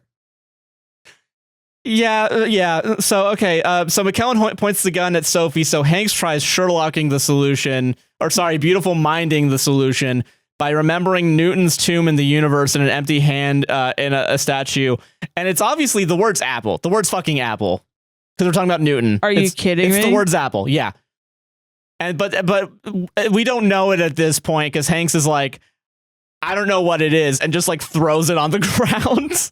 The cryptex on the ground. So you're supposed to think oh, he destroyed the last remnant of where it's supposed to go. That's so stupid. Yeah. So that. Yeah. So okay, it's an empty hand. It's an apple, whatever. Hank's like only the worthy find the grail. It's the cops show up, and Leon the professional attacks John. John's his name. John attacks McKellen because of the phone trace from earlier, and McKellen is yelling like as he gets into the cop car because he's pissed that Hanks ruined it. But then Hanks is like, then he's like, oh, you actually did solve it, because you wouldn't actually destroy this. And then he starts laughing, and as he gets taken, book 'em boys, yeah. As he gets book 'em boys did, yeah. Okay. So okay, and Hanks is like, there were all the orbs, but the one of all the orbs, but there was the one from heaven, which is the apple, right? Yeah, which is the Adam and Eve. So then they read, yeah. So they read the scroll, and they're like, the Grail went home. So. Home. So they go to Roslyn Chapel, named after the Rose Line, and where the Templars or Priors or whoever, that's where the Grail is, whatever. Hanks also is like, McKellen called me flat-footed, a beat cop of history, dumb cop, and that's why he made fun of me. But Sophie is like, my granddad was a cop, and he was awesome. I'm not joking. This is basically what's happening. Okay, so then, and that's why, which... Man. Cops good, yeah. gay bad. Yeah. Triangles, angles, W's. And we wonder why we have like a Hitler-esque flavored fascism right now, bro. Yeah, this book, you can kind of beeline it, yeah. Okay, so Sophie, Sophie is like, when they get to the chapel, is like, I think I've been here before. And then she Sherlock's herself remembering being there as a kid. So then she like kind of chases after her kid self for a second. But then Hanks is like, stop remembering, come look at this shit. And then it's knock it off. Knock that shit off. Woman. Just so then okay. So then he's like looking over to what the pagan symbol for male and female, which is the Star of David as we know, because it's the triangle going up and down. Yeah. So, okay, and like the museum curator shows up and is like, we're closing, can you please stop? And Hanks is like, just a second, as he puts like a little donation in the donation box, like $1, as if that's gonna be enough. Like a whole $1. What an ass. Might have even been a coin, I don't even remember. It doesn't, whatever.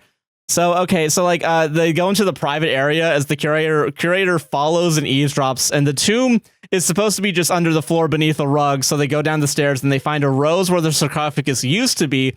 And they're like, did the church finally get her? Meanwhile, outside, a bunch of cars are just showing up to the church. And now they're just looking at a bunch of old scrolls. I'm sorry, are you good right now? I'm good. Are you good? Are you good? I yawned so much I started crying. Okay, I just want to make sure. This is so fucking boring. 2.5 hours. I'm also just like, wow. 2.5 hours, guys. I'm exhausted. I can't believe you did this. Yeah. I'm sorry. I'm sorry that I did this to you. Whatever. Wow. So there's a bunch of scrolls and the randos are coming in. The curator locks the door to the church. Sophie is like, why did my granddad not tell me this stuff? And he's like, did you guys fight over because it's fucking past? crazy, maybe. Yeah. Maybe because it's fucking insane. So yeah, and then Tom Hanks was like, did you guys fight over your past? And she's like, how did you know? And explains how she wanted to find more about her family after her parents died. And he was like, fuck no, and yelled at her when she was a kid. And Sophie was sent to boarding school and she came back at some point. But then she returned during some ritual that the dad was a part of. And it was like a pagan ritual. Hanks is like, do you remember your granddad before the incident? And she's like, no. And Hanks is like, I don't think he is your grandfather. There's paper from the accident, and it looks like it said all of the family was killed. So everyone thinks she's also dead, whatever her original thing was, whatever. And her name isn't Sophie, but St. Clair, and she's royal blood, actually. And he didn't want her to hide the secret because she is the secret. She survived the accident that might not have been an accident, and she's the heir and end of Jesus' bloodline. And she's just like, damn, that's crazy. So they go upstairs. They go upstairs.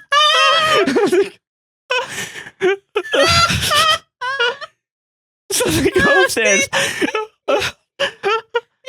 And then there's all these... Damn, that's crazy. You're literally... descended from Jesus Christ. And then they're damn, like, bro, that's fucking crazy. wild. So then they go upstairs, and then all these randos, and they're all like, oh, we're the Priory of Sion, and they will protect you. And one of them is actually her actual grandmother, and they're all reunited and it's happy.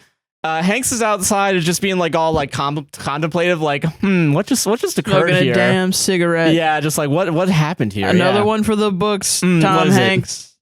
So give me my Oscar for this piece of shit film. Right, God. Yeah. Sophie shows up and says she's going to learn more about her real family, and Hanks is like, "Are you going to reveal yourself?" But Sophie is like, "Granddad lost the Grail and it died with him." Because the Grail really is still the actual Mary's tomb or whatever. Right. Fuck, whatever. And it died with him, and Hanks is like, "Who cares? You don't need proof." And Jesus, who cares? Because Jesus didn't need proof. And when he was a kid, Hanks was a kid in that well, he thought he was going to die. He prayed to stay alive, and maybe humans are just divine.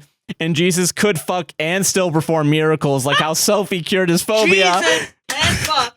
Yeah, and do miracles. Yeah, like how Sophie cured his phobia of cramped spaces by putting her hands on his head with her hands. Oh my God. And she calls him Sir Hanks, and he's like, "Take care," and they hug, and he kisses her on the forehead, and they go up separate ways. You know, I was going to make a joke like, oh, she's a healer now. I should have done that. You should have done that. That would have been so funny. It would have been, dude. I lost my fucking chance. You miss 100% of the shots you don't take, everybody. Yeah, exactly. And she tries to turn water into wine and doesn't, and Hanks is like, "Godspeed, peace. Time to learn to be Jesus Christ." To be Jesus. And then this movie fucking sucks. So then Hanks is at his hotel, and he's shaving at his hotel, and he cuts himself. And the blood in the sinks kind of looks like a trident, like from earlier. So he then opens up his own book and looks up like a bloodline and sees Rose line. So he walks outside to where they passed the original Prime Meridian line, or maybe another line. Who cares? Whatever. And he returns to the Louvre, where the two pyramids that we saw earlier from top to bottom. I remember this part. Yes, reside, Chalice and Penis, whatever it was. And he reiterates the map, because like the map says like under a starry night is where you'll find the Grail. And like at first they thought where the tomb was supposed to be, they put like fake stars into like the clay or whatever, like molded in the ceiling. But then Hanks is like, "Oh, actually, it might just mean being outside." So being fucking outside. Yeah. And he reiterates the map, and he kneels like a knight as we get like the CGI shot going underneath into the Louvre, underneath the two pyramids, and it's actually underneath those pyramids is where the sarcophagus is with Mary. And roll credits. And this is what I wrote immediately after watching this movie. Holy shit, I don't know if I can do Angels and Demons. This movie was 2.5 hours long. It made $760 million box office worldwide. That's what our moms were obsessed with, bro. Everyone's mom. Everyone's fucking mom. Everyone's mom is dumb as shit. You wanna know why? Tom Hanks. Just Tom Hanks. And Jesus. Has that power. And also, Jesus, yeah. Moms are all in love with Jesus. Yeah. Yeah, wow. So, yeah. Wow, dude. Yeah. #1 New York Times bestseller. I mean, Ron that's Howard not was hard roped to get. into it. I mean, yeah.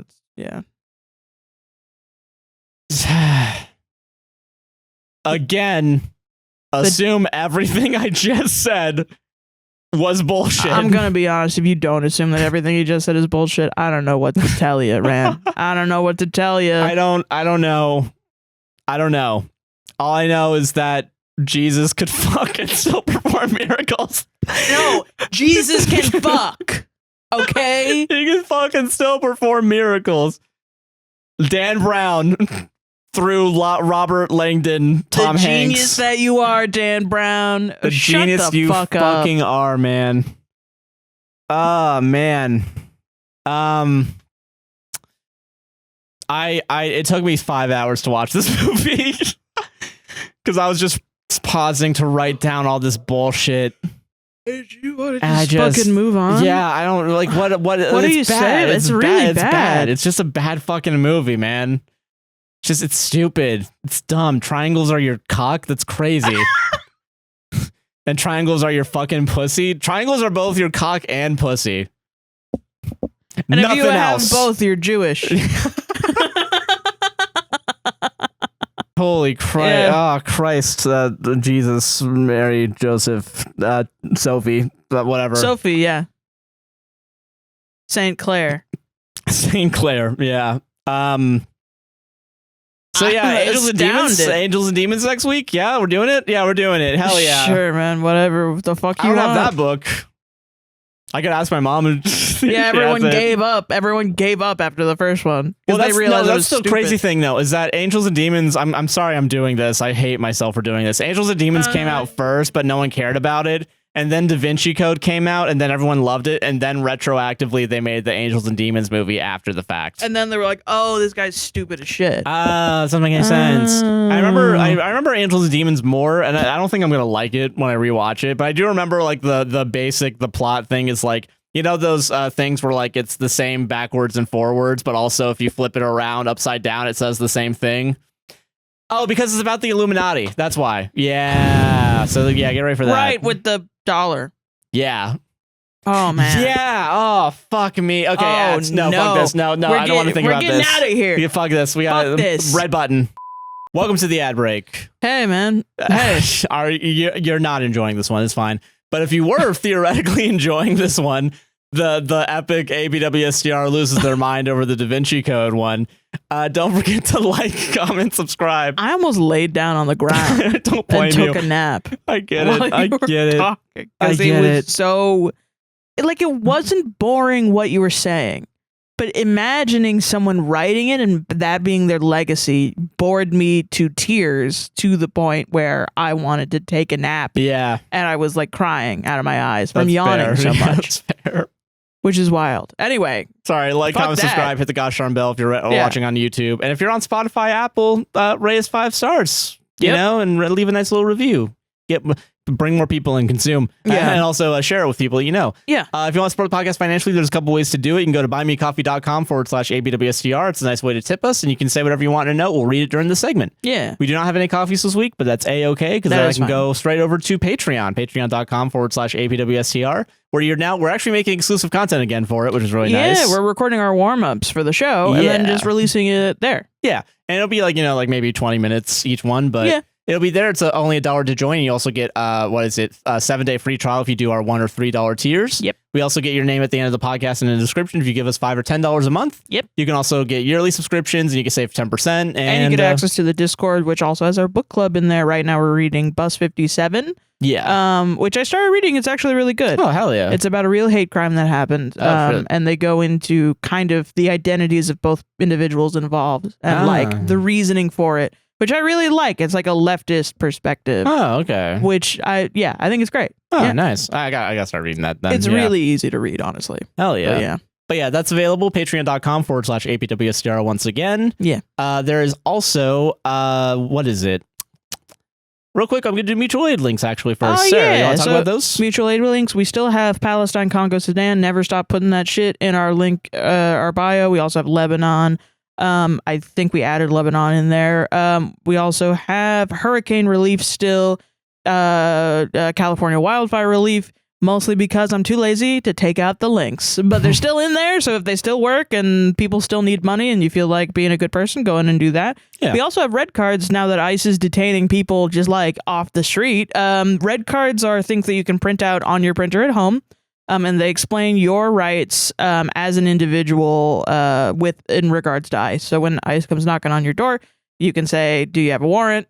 And, is the warrant, you have to make sure that the warrant is signed by a judge, or else they're not allowed to come into your house because ICE often breaks the law. So, yeah.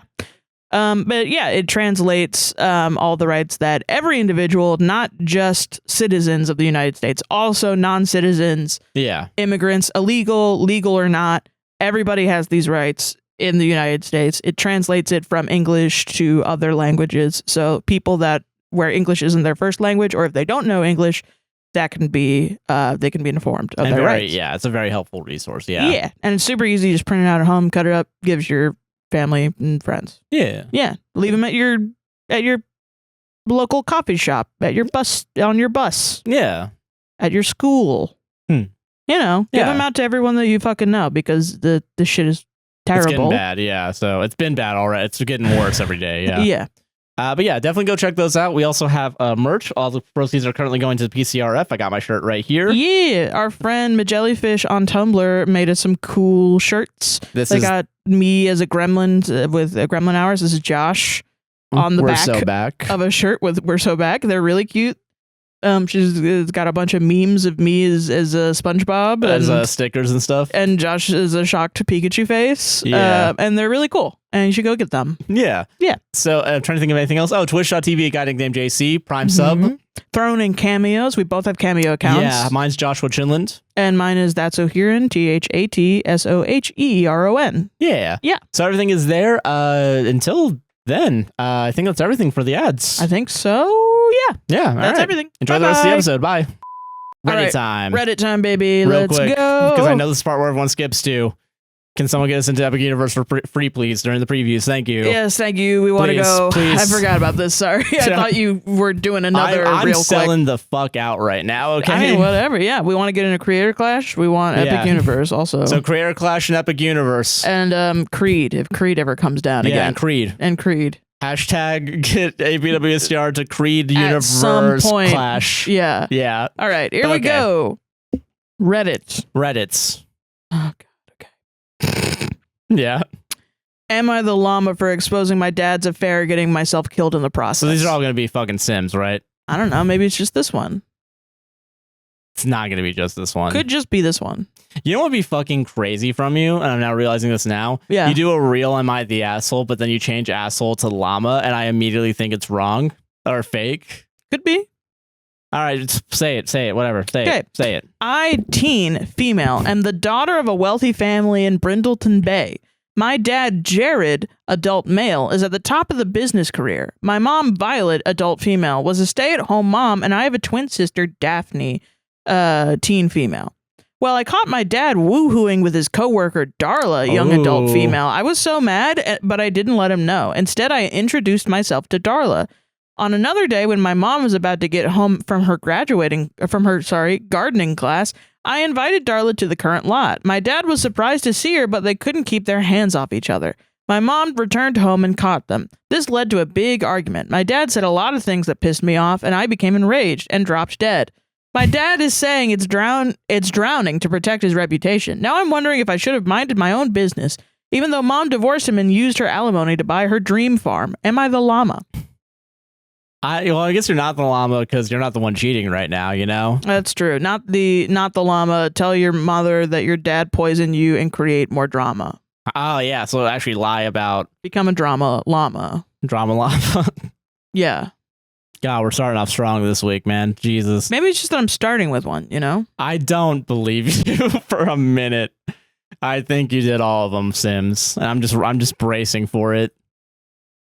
It's kind of it's like when you turn around and like you're looking at your daughter and you're like, then the truck comes on out of nowhere. I'm bracing for the truck to hit me and almost kill the bloodline of Jesus. Yeah. Okay. Dude, can you imagine if the bloodline of Jesus died in a truck crash? That'd be funny. And then the Bishop Doc Ogg is like, fucking did it. 15-minute cities is all I'm saying. Yeah. Jesus agrees. I think it's what is it? Fucking I didn't realize until, because I guess I never used my Sims to cheat on one another. Yeah. I didn't realize how jealous they could actually get. No, yeah. There was one time where like I what is it? There was I think I had a character dating two different people, and like they would only like be one person at one time at their house. Yeah. But then I would still get like people that I knew in The Sims calling you and being like, "Hey, word around town is you're cheating on." Yeah. And I'm like, motherfucker, I haven't left this house in decades. How do you know? Literally, yeah. Like just staring at the door, like that's not the same woman. It's crazy because they just let you make out in public too. That is pretty crazy, yeah. With anyone. You can also, I know if kids are around, you can't do this, but you can just like streak also. Like you can just fucking. Oh yeah, true, yeah.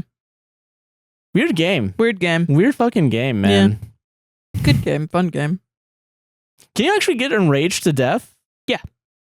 I don't. I think it's in the death DLC. Oh. You can get embarrassed to death, okay. enraged to death. Yeah. All right, yeah, because I haven't. Interesting. Yep. Damn. That is kind of crazy that you can feel so much of one emotion. Are they trying to do that so that way? Because like I know emotions really help out people. Is it like if you're too inspired, you die, so you can't like cheat the game? I don't know if inspired is the thing. Or you're too focused. I don't know about that. I think it's specific. Is it only like, the negative ones? Well, embarrassment, something, anger. I don't know about the other ones. Okay. Laughing, I guess. Yeah, laughing, playful makes sense. Yeah. Jesus. Yeah. I would not download that DLC then if that's the case. I feel like that's too easy of oh, they're dead.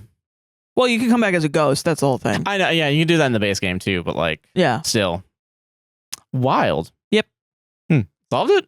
Yeah, we did. We did solve it, yeah. Absolutely, we did. Yeah, we learned something about Sims. Which is what this show's about, learning about Sims. Yeah. All right, I'm going to start with this one. Am I the llama? No, I'm joking. Dude, can you imagine if this one was all Sims? Both of us? That would be really funny. That would have been funny, yeah. Yeah. Happy April Fools. No, I got real stories, don't worry. Okay, good. Yeah, or real fake stories, whatever. Same difference, yeah. Am I the asshole for not offering to split gas on a road trip I didn't want to go on? Okay. Last weekend, I, 24 female, got dragged into a spontaneous hiking trip with my friends Jason and Lily. They're a couple. Okay. We were hanging out Friday night at their place. I was already half dead from work the work week and had too much wine, so I just crashed on their couch. Saturday morning, I was super hungover, like dry mouth, hoodie over eyes level. Oh my God. All I wanted was some water, maybe a hash brown, and no human interaction. I like the way you said hash brown. Hash brown. Hash brown? Yeah, but thank you. I appreciate it. Yeah, no worries. But Jason was already up and buzzing about this hike 4 hours away. Oh my God. Lily was into it too. I said very clearly, multiple times, I'm down to hang, but I'm not hiking. I feel like crap. Okay. They were like, oh, come on. You'll feel better once we're out there. And it's mostly flat. I didn't push back hard enough, I guess. I wasn't trying to be a buzzkill. Next thing I know, we're in Jason's car and I'm wedged into the back with my hood up and a bottle of Gatorade. Spoiler, I never hiked. We got there, I walked to the trailhead and then just sat in the car with the windows cracked, reading a paperback I found in the back seat. That sounds nice, actually. That does sound nice, yeah. Yeah. I think it was Lily's copy of Cirque. Good book, though. Okay. They were gone for 3-ish hours, came back sweaty and glowing and very into themselves. I clapped politely. We drove back. Then... Why would you clap at the end? Like, who cares? It's a hike. You hiked. Yay. Okay. You did a mostly flat hike, yeah. I mean, I'm a sedentary creature, as you all can see, because I'm fat. But, so I guess... If anyone wants to do a little exercise, I'll clap for you. Okay, that's fair. Why not? Yeah. Yeah. Then, on the drive home, Jason says, all casual, so if y'all could Venmo me like $30 for gas, that'd be great. That was a part of the deal, Jason. Yeah. Yeah. I hesitated and said, wait, seriously? I told him I didn't really feel comfortable paying for a trip I didn't want to go on and didn't participate in. Yeah. I said it as lightly as I could, like I even added a half laugh so it didn't sound rude, but neither of them responded. It got weirdly quiet after that. Like, not just we're tired quiet, but stiff, polite quiet. Lily scrolled through Instagram the rest of the ride. Jason turned the music up and didn't really talk to me again until they dropped me off. I texted later that night just to say thanks for driving anyway, and Lily replied with a thumbs up emoji. Not even a no problem or anything, just thumbs up. I've been replaying it in my head because I do get that gas isn't free, but also I didn't want to go. Yeah, it's not like they're driving you to work or something. Yeah. I didn't want to go. I said that, and I barely even left the car. I feel like I was being held financially hostage for a vibe I wasn't part of. Am I the asshole for not paying gas money for a trip I got peer pressured into and didn't even enjoy? I don't think so. I don't think so either. That's weird. They just sound like that just sounds like you just had a bad time. Yeah. Like you were like, yeah, I don't feel like doing that. And they were like, no, come on. Oh, please. Can you give me $30? That sounds like a... Yeah, what like, scam is this? Yeah. If you had just met them, you would be uncomfortable and you would not hang out with them again. It's weird. I think it's weird to coerce someone into going on a hike and then they don't even participate in it and you're still like, well, you're in the car, so you're adding to the gas usage, so pay up. Like in weight, and I'm like, okay, but I didn't want to be here though. That's the thing. You were like, oh, it's gonna be fun. I didn't ask you for a ride. You forced me into the car. It's like kidnapping. It's not like this, but it's like kidnapping someone and being like, hey, can you give me $20 for the gas on the way? Can you give me $15 for the rope I bound you with? Honestly, it was a big inconvenience to kidnap you. Yeah. Yeah. Like I had to go to Lowe's and like the self-checkout wasn't working and I had to talk to someone about it and it was like, I mean, I can't tell them I'm emotional kidnapping damages. you. Yeah, you're right. Emotional damages, actually. Yeah, thank you. $25, actually. Yeah, actually, and it keeps getting higher. Yeah. Actually, where's your wallet? I can just grab it from you. Yeah, it just sounds like these guys suck. Like, you know, like sometimes with friends with these things where they all sound quite young. Yeah, I don't think there was ages given, were there? It just sounds like a big, like, nobody's confronting anyone. Nobody's 24. explaining their feelings. That's too old. 24 is too old for this communication 24 style. is the OP, yeah. Okay, yeah. It's all of this is just, I just wouldn't go back. Yeah, I think, yeah. I just want to hang out with them again. Yeah, because it feels like, I don't know, like, I really... the person OP is right. Like gas isn't cheap, and also gas isn't free. Like, listen, I get like, and yes, I agree with that. But like, there is a understanding, and you know, it's just you should ask people first before you ask them for money. Yeah, not only that too. Like, if you think you were gonna need gas, you should have brought it up before going. But also B, when you ask for it, you can't be like, yeah, just send it. Or when you pull over into the gas station to get the gas, say like, hey, can we split this? Yeah, just ask, yeah. And then that's whatever, you know? Like, give them the chance to say no, you know? Yeah, no. It sounds like in no instance it was OP given the chance to say no, which I don't like at all. Yeah, from the point of like in the morning being like, I don't want to go, and then being like, it's fun, do it. Yeah. Fucking do it. It just feels, It's not even an asshole tax because it's like you don't need. I just don't think you need to pay it. Yeah. Yeah, and also, fucking. That's just so weird. Yeah. I especially with, like, I'm gonna be honest too, and like I get it with like physical exercise, like inviting someone out to hiking, which I know can be a very extraneous, like, even with the excuse of it's mostly flat. I don't believe that, weirdly enough. Well, no, okay, that was what I was going to say, was when I was a kid, I had a friend who I would go over to her house after school because we lived in like a similar neighborhood. So I had this plan to go over to her house, and she had a brother, and her brother would always stick his nose in our business, and we all ended up playing Pokemon, the one where you fight each other, Pokemon Stadium. Oh. And he would get really pissed that we would gang up on him and beat him because I guess girls can't be good at Pokemon Stadium. No girls allowed. Yeah, so whatever. And then so this one specific time, him and her were both like, Sarah, let's go on a hike. Let's go on a hike. And we're kids. It was like elementary school. Yeah. Let's go on a hike. And they were like, can you hike? Are you into hiking? And I was like, I don't really know. But I wanted to seem cool. So I was like, I've hiked a little bit before, which was a lie. But I just thought, like, what is hiking? Just like fucking walking? You know? Yeah, but in reality, no. Yeah, it is. Well, I mean, it is walking. But I will say, like, the one time I went... It's a little more strenuous. Yeah, especially when you're walking, A, uphill, B, on not really the most, like, dirt paths. Well, that's what happened was, so in Georgia and in Atlanta specifically, because of the hills, if you wanted to go around your like apartment building, there were like really steep dirt hills that kudzu would grow on all the time. And it's also like, you know, that red clay that I keep talking about in Georgia. Yeah. Sometimes like that would be mixed in because that's a part of the mineral shit, which it would stain your body. So we're fucking climbing up this thing, and they apparently do this all the time. So they go right up, and then they're like, Sarah, get on up here. And I'm like, okay, so I'm stepping and I don't know exactly where to step, and I fall, and they're like, I thought you said you were good at hiking. And I'm like, ugh. And now I realized recently, I've internalized that was because I lied and said that I wasn't good at hiking. And I was like, man, yeah, you shouldn't lie, which is a good lesson to learn. But as an adult, I'm like, that wasn't a fucking trail. That was some random shit. Like, they were like, hey, are you good at hiking? This shit's easy. And then they were like, hey, can you climb Mount Everest? I was just going to make that analogy. Yeah. That's what I thought of too immediately when I see it. It's like, it's not that flat, and that's just Mount fucking Everest. Yeah. No, well, but yeah, so then I fell and I got dirt all over my clothes. And I was crying, and they brought me in to their house to like clean me up. And I was crying, and I was upset, and they were upset with me because I fell, I guess. Yeah, what an asshole movie you did. Yeah. Well, it's kids. It doesn't make any sense. Nothing makes sense.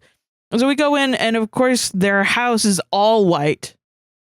And their mom comes home, and they don't realize that I have tracked in dirt. So their mom starts screaming at the top of her lungs at both of them. And me, I thought she was screaming at me because I was the one that tracked in the dirt. Yeah. And they were both like, well, she's the one that did it. She's the one that fell. But apparently they weren't even supposed to go outside. Dude, awesome. And so then their mom screamed at them again because they was like, you can't blame our guest for getting dirt on you. And I just remember feeling so fucking awkward. Yeah. Because I was like, I'm the one that caught them in trouble. But also, I didn't know we were doing something bad. Yeah, like, how's that? Yeah. I just wanted to hang out and play video games like we literally always did. And then one of them's like, fuck that. We're going outside for a hike. Even when we were in like downtown Atlanta for Jack White, or even when we beforehand for Third Eye Blind. Yeah, the hills hills were fucking crazy. Like even going to the coffee shop we went to. Yeah, just to get breakfast was just like fucking breakfast. Yeah, it was like a block and like I'm gonna downhill. Die. Downhill was easy. Uphill was like, oh shit. No, yeah, that's what I grew up with all the time, was walking up and down those types of hills. Yeah, it was fucking crazy, man. But yeah, I've just internalized that, and that I'm not very athletic, and that I disappoint people when they want me to do athletic things because I'm just not that way. And it's kept with me until like literally like last week. Wow. Where I was like, wait a minute, that's a bunch of bullshit. Yeah. That is like, that was hard. Yeah. Yeah. Yeah. No other word than yeah. But we'd get into shit like that all the time. Like you'd go to the playground, but then you'd go like around the playground where the wilderness was. Oh yeah. Yeah. That's fair. Yeah. But yeah, no, I don't think asshole for sure. Yeah, getting coerced to go on a hiking trip you don't even participate in. I don't know why hikers always do this. They're like, no, it's so easy, and you get on there and you're like, fuck you. No, it's not. I work out. I'll brag here. But like I know that like if I told someone, hey, try jumping rope with me using the exact same weighted rope I use, they would be knocked out in a minute. Like I get like you're so buff. No, because amazingly jumping with a 1 pound fucking rope is like you're doing too much work. Yeah, you might hit yourself too. Yeah, you're gonna get hurt. Yeah. Yeah. Yeah. Don't invite people to things that they don't want to do. Yeah. Or don't force someone to go to something that you want to do that they don't want to do. It's just a situation like these, it always strikes me as like, that's just rude. These people are just being really rude. If nothing else, it's rude. At worst, it's like coercion for money. Well, and you're worried about like if they don't like you. And they're literally just being like the most rude people I've ever heard of in my life. Fuck them. Like, but if I was there, I'd be like, wow, it's embarrassing how rude you're being. Yeah. It is pretty embarrassing to be rude, huh? Yes. Yeah. Like, I think that's like the whole point of don't be rude. It's embarrassing. Yeah. You're going to embarrass yourself. Yeah, man. You know? Yeah, I get that. But then I guess it progresses into being a dick when you're like literally like, I don't care. No, I tell it like it is. Like, nah, man. Fuck that. Solved it though. Believe it or not, you make friends that stay around if you're nice to them. What? Yeah. Being a nice person actually makes you likable. Believe it or not. All right. This one's real. Is it actually real? Yes. Okay. Yeah. Am I the asshole for telling my sister our parents are better off dead? I feel like I did see this one actually, so I do think this is real. Okay. All right. Yeah. Okay. Okay. We're getting serious. Starting strong. Okay, don't say that. Now I think you're fucking with me. No, why would I think you're fucking? It's serious. Okay, all right, okay. It's really fucked up, man. A little backstory. My male young adult parents and I had a falling out. When I was a teenager, we got into a fight and I left. I dropped out of school and joined an acquaintance's band on tour as a roadie. A few months later, I became a full-time member of the band, replacing the lead singer / guitarist when he went to rehab for a juice addiction. During this time, I started dating my bandmate, Michaela, a female young adult. Also at this time, my mom tried to reach out. Michaela suggested that I give them a chance, and a few months later, we were back on speaking terms and would talk at least once a week. Things were going well enough that they even let my little sister, Kayla, a female child, spend weekends with Michaela and me. Eventually, the band broke up after the bassist caught his girlfriend with the drummer. So Michaela and I hung up our guitars and started focusing on other things, art and tattooing for me and jewelry design for her. We opened a parlor/shop together and had a nice home upstairs. Then one Sunday night, while they were on our way home from meeting us for dinner, my parents and sister went in a car crash. Katie survived somehow with only a severe burn on her shoulder and minor cuts and abrasions, but our parents died on impact. Oh my God. This was 6 months ago. Katie moved in with me and Michaela, and we've tried to create a sense of normalcy, but so far it seems like everything we've done has only pushed her into an even worse place. This is such a detailed, like, am I the asshole Sims? Like, even shit that, like, you can't do in the game anymore, like driving, car crash, like fucking... Yeah, wow. Jesus. Last week was her birthday, and I decided to throw a party for her. I thought it would be good for her to spend time with her friends, but Michaela found her in the bathroom afterward crying. Things finally came to a head earlier today when Michaela went upstairs to make something for lunch, and I heard her yelling from downstairs in the shop. I ran to see what was happening and found her and Katie arguing. There were symbols painted on the floor and candles lying around everywhere. Michaela handed me an old book and said she found Katie reading out of it and attempting some type of ritual.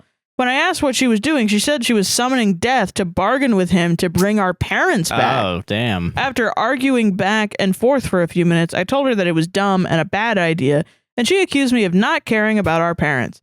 She said that they were the best parents ever and deserved a second chance to live, and I lost it.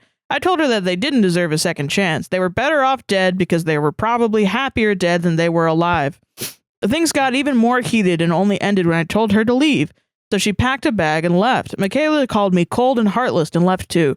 Don't get me wrong, I did love my parents, but there were a lot of issues between them. They were constantly fighting when I was growing up. Dad had an affair and left for a while.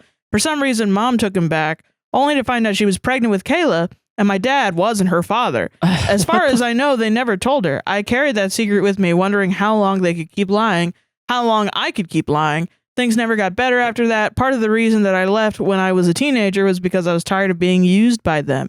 They would try to pit me against the other and finally reach my breaking point. The only reason I even entertained the idea of rebuilding our relationship was because they said that my leaving made them realize they needed help and started couples counseling. I've tried calling Michaela and Katie and nobody answers, so I'm sitting there in the kitchen hoping that I didn't screw up. Did I overreact? Should I have kept my cool? Better? Am I the asshole? This is a mess. I'll agree with that one. If it were real, I just think... What? Why would you say that? There's so many serious things in this that you're shitting on for no reason, Josh. You're right. I'm sorry. I should The be top taking this... comment, though, is I really need to pay closer attention to what sub I'm reading. As if you read this and you were like, what? Well, you didn't see young adult Really? immediately. You didn't see juice addiction? Yeah, juice addiction is Come also, on, yeah. man. I will say it is funny to just put the sim references in the first 2 paragraphs. I know, I fucking hate it. Yeah, and then to like just not really bring it up except for the ritual part. Yeah. Like, yeah. yeah, I can understand. I can see someone maybe like glossing over that. Yeah. And being like, Not the asshole, your little sister is practicing witchcraft, and that's fucked up. and yeah, that's against the devil. Yeah. That's the devil's work, actually. Yeah, If it was against the devil, it'd be a good thing, but maybe. yeah. Yeah, no, that's a messy fucking Sims tree lineology, whatever the fuck it's called. Yeah, man. It's wild. That's Jesus. I feel like when I read these, I'm not playing the game right, I think. I feel like I'm playing the game exactly right, and everyone else is going crazy. I think everyone else.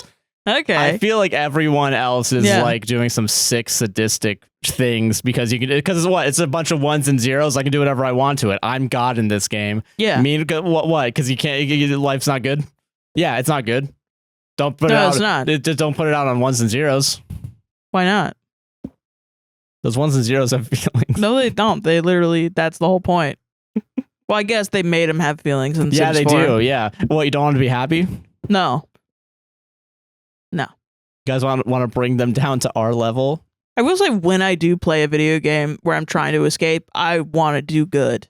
Which is yeah. that sadder than just taking out your frustration on a video game? that I'm like I'm fully living a virtual life where I'm happy. But would Holy shit. That's something you got to unpack on your own. Okay. Sorry, no. I am not an active participant in this podcast. That was so. Yeah. That was really good. What's going on over here? I just gotta look away. Yeah. But yeah. no. Fucking. It's the jacket. Yeah. No. Fucking. Well, okay. Wouldn't it be worse though? Kind of like when you go to a rage room, it doesn't actually really help your rage because you're just if you giving take it into out on stuff. Yeah. Yeah. So is it better to like pretend a happier life? I didn't say better. I said, is it more sad? I guess mean, I think it's more sad of like of the world itself. I don't think it's sad for a person wanting to escape to be happy. Yeah. Like, when you play Farming Sim, do you feel like, oh, I'm making food for a bunch of people? Like, no, or do you I feel like, wow, I own property. That's same diff. Yeah, that's fine. So I can get that. Yeah. Yeah. I get it. Wow, I own land that I can do whatever I want I can put solar panels. I can have pigs. Yeah. Yeah. I get that. I can make money by working. You know? Patreon.com/APWSTR. Yeah. No, yeah, fucking I get it. I do understand it. I think it just sucks that the world is the way it is. That being said, is it I assume it would be worse to go in the negative route. I feel like it would just make you more angry. Yeah, I feel like that is a self-destructive behavior. Yeah, even if it's in a video game. I think that's the actual like video game behavior that's like dudes that play COD to get their frustration out because it's violent. Yeah, but I also don't want I don't want to go down the route that like video games are dangerous because of this. I don't think violence begets violence. But I don't think it like makes them better people. I don't right. I feel like it's just neutral, but like you don't want to be around the guy that plays COD because he's fantasizing about shooting his boss. Well, yeah, and he's also like just saying slurs into the Xbox Live. Yeah. So, yeah, I get it. I think there's I get what you mean. Yeah. Interesting. Yeah. Glad some actual insight from a sim story. It happens that's my every goal. time. I gotta try. I gotta try my fucking darndest. Try your darndest. Solved it. I gotta work on this one. Yeah, because I've given up. That was my April Fool's joke. I give up. I swear to God, if you do more than like one Sims for the next like 4 weeks, I'm gonna be pissed off. This is it's gone for the next 4 weeks. Okay, cool. Sure, why not? Sure, all right, yeah. Notice that the last 2 weeks I didn't do any. Oh, you didn't? Oh, yeah. I've been dwindling it down to nothing, so this would be a shock.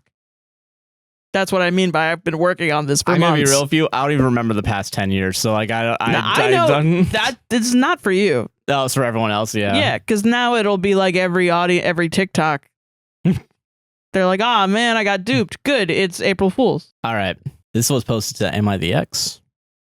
I don't know. Are you? Apparently, this one's real. People looked into the comment history and like, oh yeah, this guy is. Oh wow. Okay. All right. Am I the asshole for trying to convince my girlfriend that one of her friends is detrimental to our lives? Okay. Why do you think someone would be detrimental? I will like maybe taking up like a codependent friendship, maybe. Okay. Or like a friendship that overtakes somebody's boundaries, like emotionally steps on the girlfriend or something, or flirting with the boyfriend or something like that. Or flirting with a girlfriend could be. Yeah, I think that's a fair baseline to I think go off of. In situations like that, that's fair. Talking to people and wanting to isolate your girlfriend because you're an abusive piece of shit. That's actually bad. I think. That might be bad. Yeah. Hot take, everyone. Is the bar still in hell right now? Is what I'm hearing. Yeah. Okay. Or people will say like, you can't be friends with men. I dated somebody once that was like pissed off that people in my D&D group were men, and I had to explain. But then once he found out that they were trans men, he was like, "Oh no, that's fine." And I was like, "Well, that's transphobic." That I think. Jesus, yeah, yeah. Bryce, people are fucking okay. Yeah. Using the throwaway again, I got help last time that saved my relationship with my girlfriend, so I'm hoping it'll help again because things seem to be worse between us. That's what the podcast is for here, saving relationships. It's in the title. Yeah, it's true. My, male 25, girlfriend of almost 2 years, Jessica, female 23, has a lot of friends. There are those where I'm basically acquainted with, but the friends that I do know I like. However, there's one in particular I still can't wrap my head around. Ruth, female 23. Okay. Jessica is what I call a makeup dork, where she understands the importance of looking presentable in public, but she's not shallow. And she brings me sandwiches. These are a lot of things happening in tandem. She also gives me sandwiches braless and not asked for. Not unasked for, yeah. Yeah, wow, okay. Yeah. She just really loves looking good, which I greatly appreciate. Ruth only wears casual wear with minimal makeup. What a bitch. Death penalty. Put her in jail. She also doesn't seem to take care of herself very well. She has problems with dry hands, but I was told that's normal. Hands? What a bitch. But I was told that's normal in Ruth's profession, but still, it's no excuse. Are you fucking Buffalo Bill, bro?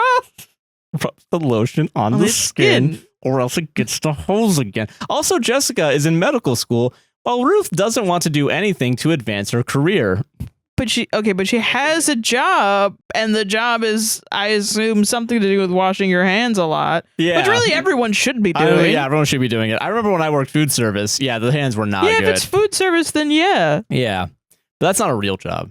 Right, you have to advance your career. Yeah. Fucking asshole. Oh my God. Yeah.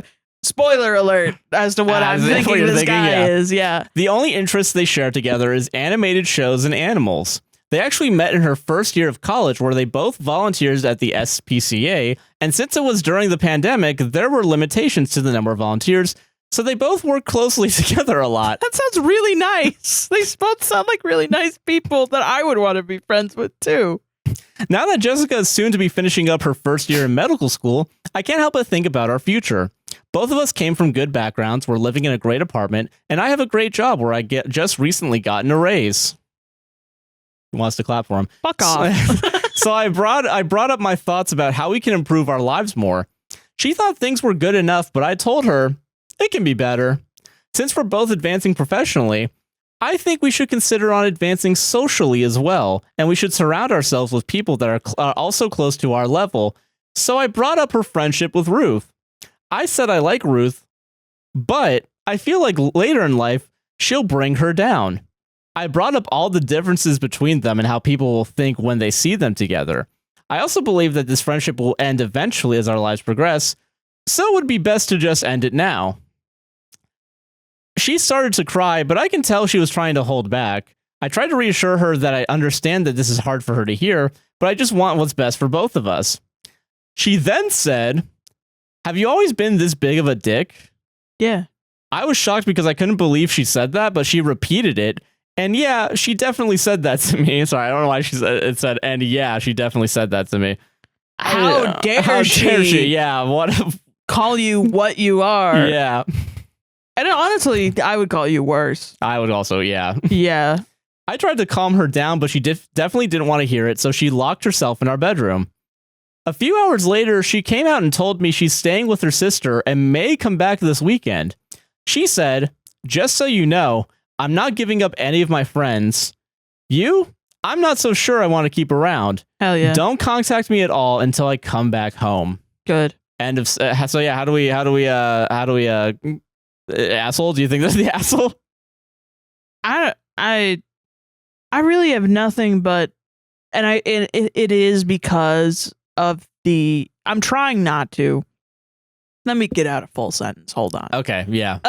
The current financial situation that we are in, as well as the financial situation, state of the economy. The state of the economy right now is making it really hard to have empathy with people that come from backgrounds that have even a middling amount of money.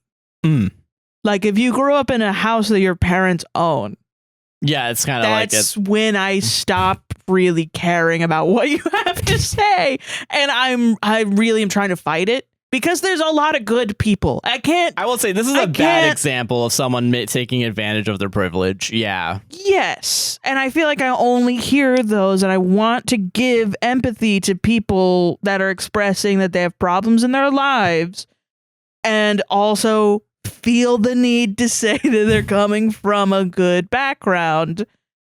And it's like even if the situation was like it was a big problem with Ruth or something, and there was a real relationship problem here, and this guy wasn't just an abusive piece of garbage, and he said, but no, I want to, like, he said, like, for his relationship, he felt like because they both came from good backgrounds and they were going to progress in their career and everything was perfect, as if that losing that was I would need to have extra sympathy for him. Already puts me into a you're the asshole mode, and it is a bias. Like, it is a bias. I sure. Get it. Yeah, I get what you mean. It is because I think maybe I'll own a car. I'll own a car one day, like 40, 13 years from now. If things go really good. You said 13 years? Sorry, 14. Sorry. Fuck. Oh my God, you're right. Why would you do that to me? Why would you say that? Sorry. That's like when I was working and people were like, see you in 48 hours. Like, fuck you, man. Shut my ass up. I'm sorry. You're such a piece of shit. I'm old. I'm sorry. Man, fucking hell. I'm sorry. Okay. I'm sorry. Fuck, it's 3 years until I'm 30. It's okay. Sorry. Okay, 60 years, maybe. 60 years when now. I'm 60 years old, maybe I'll have a car. Maybe I'll own a car at some point in my life before I die of a heart failure. Maybe. And it's really hard to give a shit when you were saying in your Reddit post, we both come from really good families. But she does this one thing, which is have a friend. Yeah, it's really hard to have sympathy. Even if it was like she cheated on you, I'm like, at least you could own a fucking house. Yeah, yeah. Like, I'm really trying to stop it. That part of you. Because it's not okay. No, yeah. I will say it is easy to fall down that hole when he's just being an asshole, period. Yeah. Yeah, and it's like, it is like, I want to come out and yeah, like a peasant revolt. Yeah, yeah. Go French Revolution on his ass. Yeah, I get it. Yeah. Like when people are like, I did everything right and I don't have my perfect relationship too. She's ruining everything. I'm like, I hope something really bad happens to you, man. I don't know. I hope something. Listen, yeah, this you need to be brought down just like maybe one peg a little bit. Maybe like, tile it back, man. It's a level of jealousy that scares me because it's not just people that do bad things. It's not that. It's also if you just have everything handed to you and you have a good life and you're a nice person. I hope like a meteor hits you. I hope a meteor hits you in your car in your house with your children in it. Like, I do hope that. And it's scary to have these feelings. I'm a victim of these feelings that I'm having. Like, it's not all right, man. There's gotta be some sort of revolt happening soon. I can't be the only one having these feelings. Oh. And I feel like I can't express them too because I'm worried I'm gonna get like a knock on the door that people are gonna be like, oh yeah, because of what I want to say. I will censor as much as I need to. Don't worry. No, I don't. I'm scared to even say it out loud. Oh, okay. Yeah. Okay, got it. So Yeah, fair enough. God, I'm never gonna own a car. You're not gonna own a car. I'm never gonna own a car. It's okay. Fuck. What if you said that and someone gave us like 20,000 copies? That would all go to debt. That would go all to debt. It would all go to debt. Yeah. And a house first. Yeah, that's fair. A car is so like frivolous. Yeah, that's just gonna break down. Okay. And I mean like a car that I own. Oh yeah. Not you co-signed. Like you own. Yeah. I fucking saved the money and I bought a car. Yeah. Okay. A new car? Forget about it. Yes. Yeah. That's gone. Yeah. That's gone. And I bought it. It's bought. And I don't even drive it, you know? I can't even, yeah. Okay, all right, okay. But yeah, it's okay. Hard to have sympathy in general with people like this. Yeah. But with the story specifically... Yeah, he's an asshole. What did you want me to say? He's obviously a fucking piece of shit dick. I'm really happy that she broke up with him. Yeah, I am too. Yeah. Queen shit, honestly. Yeah, honestly, I think it's, dude, the fucking... Just the, like, not... Oh, God, I hate the alpha male mentality of, like... You have to upgrade socially. Yeah, upgrade socially. That's a crazy line, like, to say to someone. Hey, you know all your friends that you have real connections with? Cut those off. Cut those off. I don't care Get how long it took. Get a bunch of fake ones. Yeah, that you can use to advance your career. Because that's what's important. Well, I knew some... Like, I had a friend that would say shit like this, and I really disagreed with him. And he's since, I think... moved on from that, but it was like, you know, he was like, I don't want to have a friend that doesn't put in any effort into their life.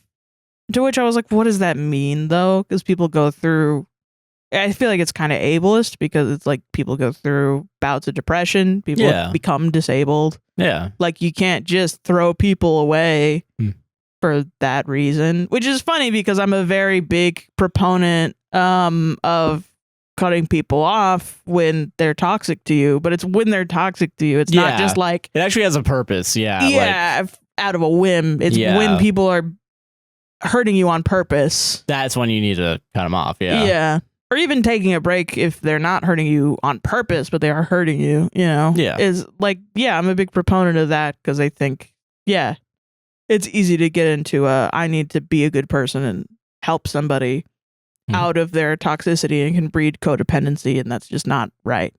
And you both of you probably need therapy. But so I'm a big proponent of that, but I really don't believe in just throwing your friends away for no reason, which I didn't know was happening. Because I was like, for me, I don't know about anybody else, but for me, it's fucking hard to make friends as an adult. Yeah, no, I agree. It's hard for me as well. When you find someone that's a friend that's good, you literally cling on to them for dear fucking life for the rest of your life. Yeah. I got a meme from a friend today where they were like, if you pass in my lifetime, if I lose you in this lifetime, I'm going to find you in the next one. I'm going to fucking find you. Thought you could get away from me, you dumb bitch. That's real. That's our shit is getting rebooted. Hell yeah. Yeah. Fucking awesome. Fuck you. And I was like, oh my God. God. And I said that shit right back. I was like, hell yeah. You can't in this like highly individualized world, you can't take a connection and throw it away. And anyone that asks you to do that for the reasoning being that they have dry hands, motherfucker, lotion exists. That's why they have dry hands. And you know, read the Bible. I don't know. Like, I don't like, you have failed even the basic moral tests of being a good person. Watch Darman do literally anything. Yeah, it's crazy when you're literally the Darman villain. How have you dodged this? Like, people will call liberals and leftists like Satanists. That's a Satanist. Someone that thinks you should throw all of your connections away because they have dry hands. Someone that deeply selfish and strange and weird. Get the fuck out of here. Get the fuck out of here. I agree with that. Why are we demonizing niceness? Fuck off. Bad to be nice. It's bad to be nice. Bad to be nice. Anyway, solved it. I can't believe I'm going to be 40 in 13 years. Sorry. I'm sorry. You're an asshole. I didn't mean. I just fucking said it. I was just planning out like when you were gonna have a car. I didn't realize. Well, I'm gonna get back at you anyway. Oh yeah, in the next 3 fucking stories. Yeah. Yes, yeah. Am I the asshole for banging and impregnating my neighbor? I'm sorry, that's funny. Am I the asshole for banging and impregnating my neighbor? God, I wish this one was real though. You wanna know why? Because I just want banging. Yeah, yeah, it would be baller. It would be baller for like some guy to be like fucking. Just imagining the fucking like a 90s bro with like the head back, a guy who listens to Third Eye Blind, just fucking. But no, it's Sims, so it's not. But it could have been real. It could have been real, dude. I mean, this is a real story. Yeah, I'm almost 30, and I'm reading "Am I the Asshole?" stories about Sims to you, Joshua. Makes you feel any better. Am I the asshole for banging and impregnating my neighbor? All right, let's go. Okay. Let's go. All right. Okay. Probably. Full fucking throttle. Let's go. I will never grow up, I guess. I bought this lot on Potter's Splay to open my own business. It was like a godsend since I do pottery. Bought a container and paneled it to look like the rest of upscaled houses in the neighborhood. But then I found her. Red hair, green eyes, pretty pimples on her nose that contrasted her white skin, plus those purple flip-flops and green sleeveless top leave almost nothing to imagine. Yeah, I get wanting to bang this chick, bro. Yeah. She came to visit me with her husband while I was still setting up. She even brought a fruitcake. It was delicious, by the way. Ooh. Well, we connected and started as friends, but later I started visiting her like daily. When her husband was at work, we had a wild time. Talked about feet for hours, tested all kinds of positions on her princess bed, the bathroom, the kitchen. Princess bed? What the fuck is that? Sorry, okay. And even the fucking exercise machine inside the man cave. Gotta be honest with you, my neighbor is such a switch with a bratty attitude. Wow. Damn. But so this has to be a Wicked Whims one. Yeah. This is maybe like a fetish post. But after all that, it happened. What it was going to happen. She became pregnant and it was twins, red hair and olive skin, which is my skin tone. She is white. Her husband is brown. So no doubt they are my daughters. Heck, it even registers on my family tree. So am I the asshole for abusing of being my own boss of pottery store to bang on my unhappily married neighbor just because I am such a foot slut? Yeah, this is someone's fetish post that they made it to Sims to try it, to get it on this fucking show. Well, fucking show. So Sarah. the other side of this April Fool's joke I'm pranking you and our audience with, Joshua, is that I didn't fucking read these beforehand. And I was like, it's fucking Sims. How bad could it fucking be? A whole fetish post, about feet. Okay. Yeah. With the fucking Wicked Whims, like, for sure, that's included on that guy. On a workout machine is. I think so. Yeah. What is a princess bed? Yeah, that's also like, what the fuck is this guy talking about? Yeah. Funny as fuck though to not know that you banged up on you impregnated another Sim. And you only know once it shows up on your family tree later. Yeah, Ancestry.com kind of updates immediately. That's awesome. Real life thing real quick. Did you see that 23andMe went for bankruptcy, is filing for bankruptcy, and they're probably going to sell everyone's data? Well, I thought they were already doing that. I guess they, like maybe they weren't, but now it's just going to be available to anyone who wants to buy it. I mean, I feel like that's inevitable. Yeah. Yeah. So I'm but saying also, wasn't it false too? Like a lot of it? Probably. I don't remember, but people were like, yeah, nah. Yeah. I never did that shit. Neither did I. I stopped doing it because not stopped doing it. I never started to begin with. Yeah. I think someone said at one point, I was constantly 23andMeing while I was banging every day. I was fucking. Just that little test went right up my nose or whatever, however you do it. I was sending that shit back just to get a different result every day. It was like, ooh, what color is the pie chart going to be today? You know, it's going to be great. No. What color is the pie chart going to be today? Ooh, do you think it's going to be blue? Ooh, maybe it's green today. Ooh, the proportions are different. Interesting. Really dumb shit or really fucking rancid shit makes me laugh, I guess. Yeah. Yeah. Fucking, yeah. Wow. Fucking, what was it? Apparently, like, if people in your family gave it up, like, their DNA, they could use that DNA to find you and commit you of a crime. Like, wow. Majority Report. Yeah, literally. With Hemp Cedar, not it. Minority Report. Yeah. There you go. With Tom Cruise. With Tom Cruise, yeah. Yeah. In Eyes Wide Shut. Starring? Okay. All right, God. All right. Yeah. Sorry, Greg Turkington moment. Mm-hmm. That's crazy. That's dude, is it if it's from the pottery guy? Yeah. That's crazy that dude. That would be crazy if it like the pottery guy's working downstairs and then upstairs, because you can have home lots be businesses, like where the business on the first floor. I gotta and buy second. that, man. Yeah, so it'd be funny if the Does it husband work for all businesses, like cooking? You can do a lot of different businesses apparently. Oh, like nice. yeah, you can choose what your Sims do. Like you can make a gym, you can do whatever you want. Fuck yeah. Other things. I don't know why gym was the first one. Great. But yeah, no, fucking it'd be funny to think that if it's the pottery shop where like downstairs the husband's like teaching pottery classes.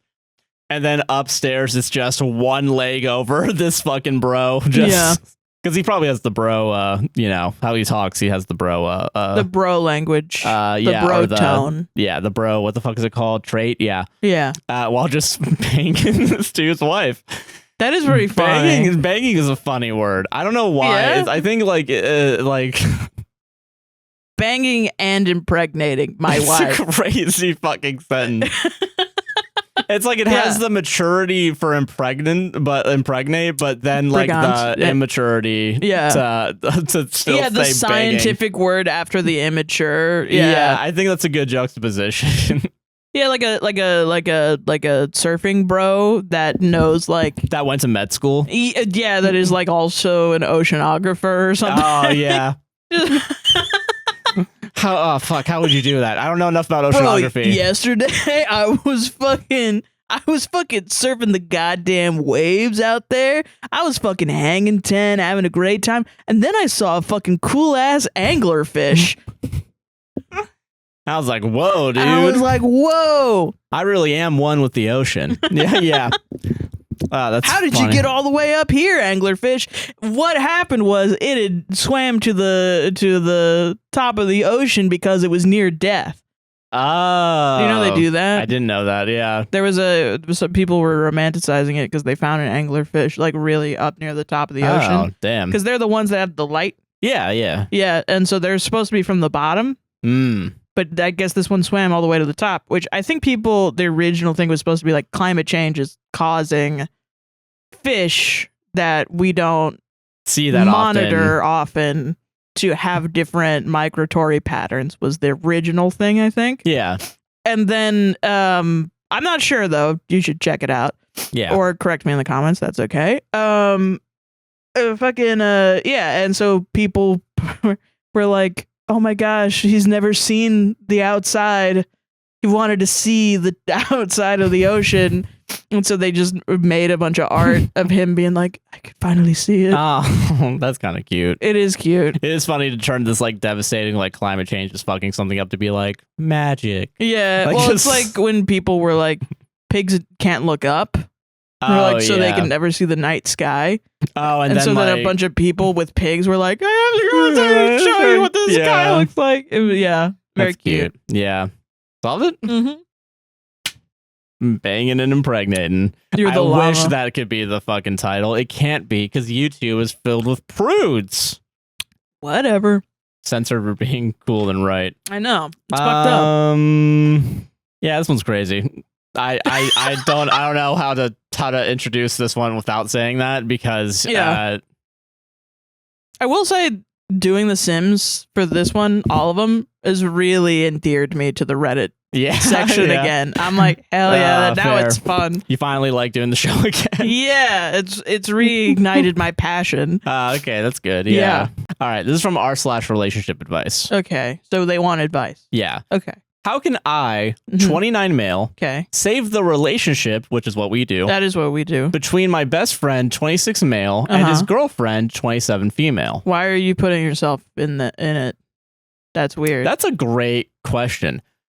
This may seem odd, but I'm partially responsible for the relationship ending. Okay, well, that answered my question. Partially doing a lot of legwork in this sentence. Partially as in you sneezed in their direction and it caused an argument, or you were banging her on the side and banging and impregnating her on the side. Kind of in the middle? Oh, okay. Kind of more that, but like more middle. Okay. Yeah. I am somewhat close with his girlfriend, Jennifer, and so I called her out of the blue saying I had a question for her, which was actually about her helping me with the job she referred me to at her company and to help me prepare for the interview. I guess morbid curiosity got the best of me, and I told her my friend, Angelo, was cheating on her when he's not. Oh. So, okay.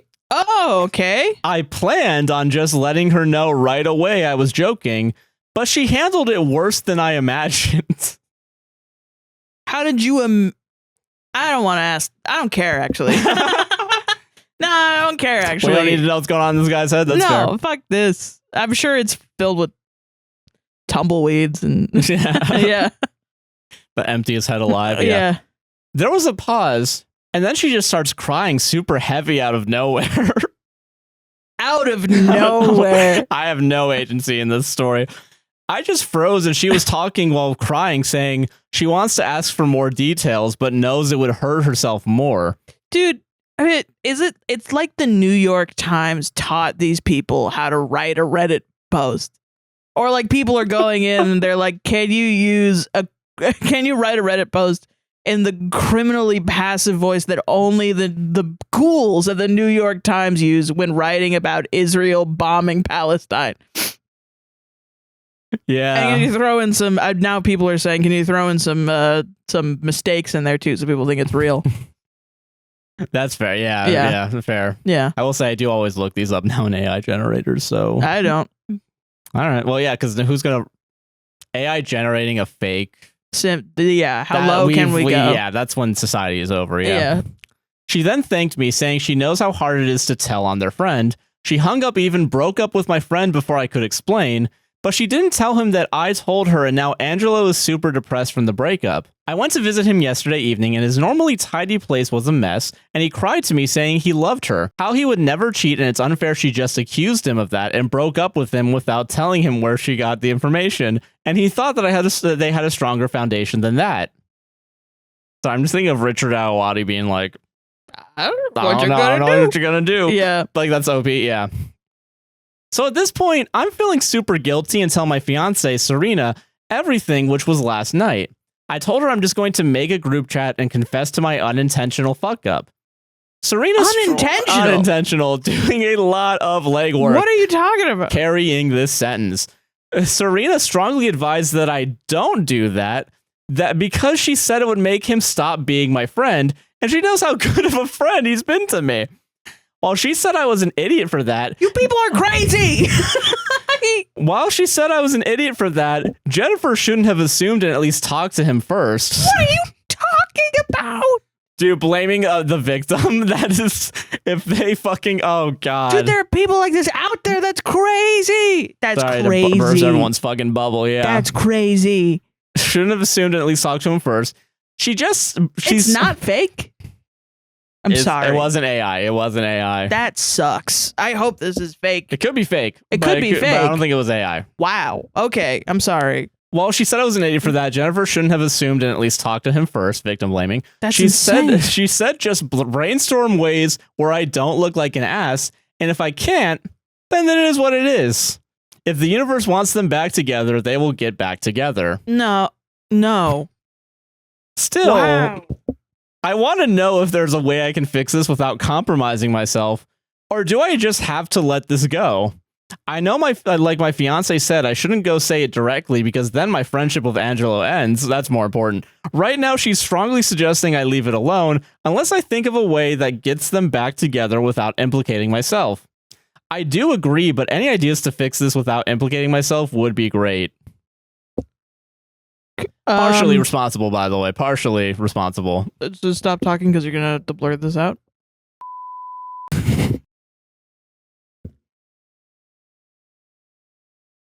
Yeah, I can't put that in. I know. Thank you for the preemptive warning. I want the energy to be in the room. Good, yeah. So I can atone for my sins, yeah. Both of you. You know, like 2 days ago, I accidentally ate 4 bites of Josh's ice cream. And I was listening. This is real. This is the real story. I was watching a Conan O'Brien podcast bit where Conan started talking about Abraham Lincoln. And I remembered a story about Abraham Lincoln getting more than exact change while he was running a general store as a teenager. And he got on his horse, hunted down the man that gave him more change and gave him back his change to make it right. And I was eating my ice cream after I realized, and I was like, it's fucked up that I ate 4 bites of Josh's ice cream, even though Josh got a new flavor that he hasn't gotten before, and also put his ice cream in the exact same spot that my ice cream was in previously. So it's understandable that I would think that that is my ice cream. And I could have just eaten all my ice cream, and I decided, you know what? This Abraham Lincoln story has inspired me like a rube. Like a fool. Like a rube and a fool. I'm going to leave ice cream in the fridge for Joshua, in the freezer, for Joshua to eat later. And also I'm going to make him popcorn when he comes out of the shower because I know he likes it. And I feel that bad over 4 bites of ice cream. People are breaking people up and doing mind games with each other and then trying to figure out how they come out on top. It's gotta, I know, listen, if you people call it fake, even though it's real, lock me up with you. We're all in straitjackets. Yeah. In the room out front, it has a sign that says nothing ever happens. And we're just living in there. We're like, no, people are good. People are good inherently. People are good inherently. Everything's fine. Everything's fine. People are good inherently doesn't exist. People are just, our minds are fucked. That's it. That's it. I love people. People are good. Fuck these people, man. Yeah. I don't understand why people are so weird about cheating. Also, no cheating happened. Yeah. And lying. Cheating and lying. And thieving and stealing. Yeah. And fucking up people's lives for no reason. Yeah, it's fucking wild, man. I was fully expecting, like, damn, you just lost all 3 of the closest people in your life. No. They all think they're friends with you. Yeah. And you're trying to come out of it staying that way when you've made a horrible mistake. For no reason. For literally no reason. Do you think that like the oh god, you know what? Because I can imagine this like this dumb guy mentality being like, if I just wait like a month, that's gonna cool down by then. And then I can actually be truthful with them, and they'll get back together, and everyone will be happy. It's like Love Actually. Guy who's ever watched Love Actually. It's like when you're 3, and you don't have object permanence. I don't know when kids have object permanence. Probably before then. Well, apparently it takes what was the age? 24 or something like that? 36, something insane. 104. 29. 29 is when you finally... He's older than me? Yeah. Yeah. Yeah. And you wonder why I go to video games. Solved it? Asshole. There's no advice. That relationship can't be saved. And we're the relationship savers, TM. Like, we can't do it. Well, your relationship can't be saved. You can save their relationship by telling the truth, but, like, your relationship with them... Tell the truth. Yeah, tell the truth. Tell the fucking truth. Tell the fucking truth. Own up to it. Stop being a fucking loser. Tell the truth and be Chad face. Tell the truth. Yeah, tell the truth. Tell the truth. And if you don't tell the truth, I hope it eats you up for the rest of your fucking life. Yeah. And it comes back to haunt you somehow. Yeah. Tell the fucking truth. Don't fuck with people like that. You're a ridiculous person, and I hate you personally. Me, you, person that maybe doesn't exist. Hopefully, because wow. Yeah. Wow. Anton Chigurh. Emotional Anton Chigurh. With an emotional cow exterminator. If the not cheating brought to you this point, and what was the point? The victims are people's relationships that are happy and healthy. Of what use was the not cheating? Morbid curiosity. Shut up. Okay. April Fools, guys. April Fools. I broke Sarah. Fun. The show's fun. Okay, am I the asshole for putting my daughter up for adoption when I got my current wife pregnant? Not the asshole. You're having a new kid. Can't have two of them. Exactly. Shit's hard to control. It is hard to control. I, 50 male, have 3 daughters. Agnesa, 21 female. Magdalena, 19 female. And Claudia, 8 female. See, I know this one's not a Sims one because those aren't the random names generated by... Agnesa is my daughter with my ex-wife. I'm not proud of it, but I cheated on my ex-wife frequently, and Magdalena was born as a result of one of those affairs. Magdalena's biological mother was never involved and passed away shortly after, and my ex-wife, despite everything, agreed to raise her as her own. That is until I cheated again, this time with my current wife, and got her pregnant with Claudia. That was the breaking point. My ex-wife divorced me and took full custody of Agnesa, but Magdalena remained with me. Dude, that's so funny. These 2 stories back to back. Like your 2 stories like that. Yeah, if you sound like a fucking Sims character, you're an asshole. Yeah, but like just going from banging to like cheating on cheating multiple times. Fucking banging and impregnating. Yeah, Jesus Christ. However, Magdalena never got along with my new wife, and those feelings were mutual. When she was 4, we sent her to live with distant relatives of her late biological mother. I regretted that decision deeply and tried to reconnect over the years, but we never truly bonded. I thought that said boned, and I was about to riot. I was about to throw up. Taking the incestuous fucking button in The Sims. Jesus, yeah. Fast forward to now, Magdalena recently joined. There's a button? I don't think there is. I don't think you can. Fast forward to now, Magdalena recently joined the military and was killed in action. What? Wait, is that real? Well, I didn't know you could. I don't think you could. Fast forward to now, Magdalena recently joined the military and was killed in action. Her adoptive family invited me to her funeral. There I also saw Agnesa for the first time in years. She confronted me, saying she blamed me for everything, called me some harsh things. You know, I do think that could happen because The Sims came in 2014 and we were still in Iraq. God. we were still out there fighting for oil or whatever. My wife believes I did what was necessary, that I should focus on Claudia, but I can't shake the feeling that Magdalena might still be alive if I hadn't given her up. So am I the asshole? The craziest part about this is my grandmother's name was Claudia. Did she also die from joining the military? No, but I think her older brother did. Close enough. Yeah. I love that you didn't read any of these. I do. It's really funny to me as someone who also sometimes just won't read a story. Just reading some insane shit. Yeah. Oh God. Reflection time. Remember that one time I read that story about the grocery store? Yes. And yeah. You know, that and was then like everyone told me that the R slur isn't a slur. Yeah. Yeah. You know, that's like our 4th most popular TikTok too. Well, because it was insane. Yeah. That there was a slur in it. Of course, the one... Because you had read the other ones, I think. Yeah, and this one I think I glossed over, yeah. And it was just insane that, of course, there was a slur in the one you didn't read. Just my luck. And also, how insane is it to go into a grocery store and scream a slur? That's ridiculous. That's ridiculous, yeah. Oh, God, sorry. No, yeah, that was a crazy moment. Iraq is in The Sims canonically. Afghanistan. Killed in action. It's Killed crazy. In fucking action. I don't think that can happen. I think people are making it up. I think people are making shit up, but it is funny. Oh man. You're kind of the there's asshole. Not an incest button. I don't think there's an incest button. Don't ruin my game for me. Yeah. You know, weirdly enough, though, there is an incest button in Farming Simulator 25, so it's that makes more sense. Yeah. Why? I wish there was dating in Farming Simulator. So you can fuck your family? That's crazy. No, so I can fuck Natalie, the lady that keeps giving me cultivating contracts. That's not okay. I feel you. Yeah. Hell yeah, Natalie. Solved it.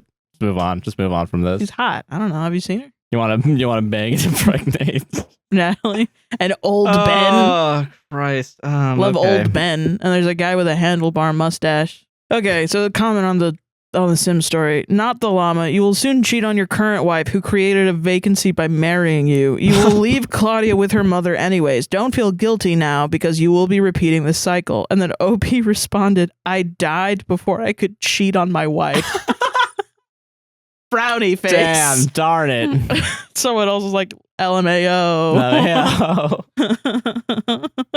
And then they were like, I was like, damn, she's 19. Why haven't you kicked her out yet? Maybe I'm an asshole. I'm like, damn, these people are guilt-ridden.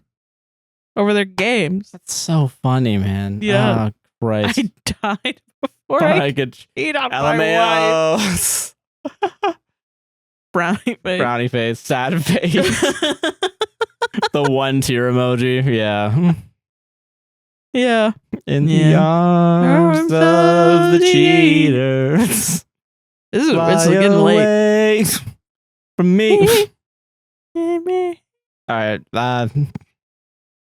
Whatever. Let's go. All right. Yeah. Get it. Am I the asshole for calling my husband a selfish wimp? Is he? Okay. Sorry. Maybe. Starting off strong it's on this mean one. To say that, unless he is that.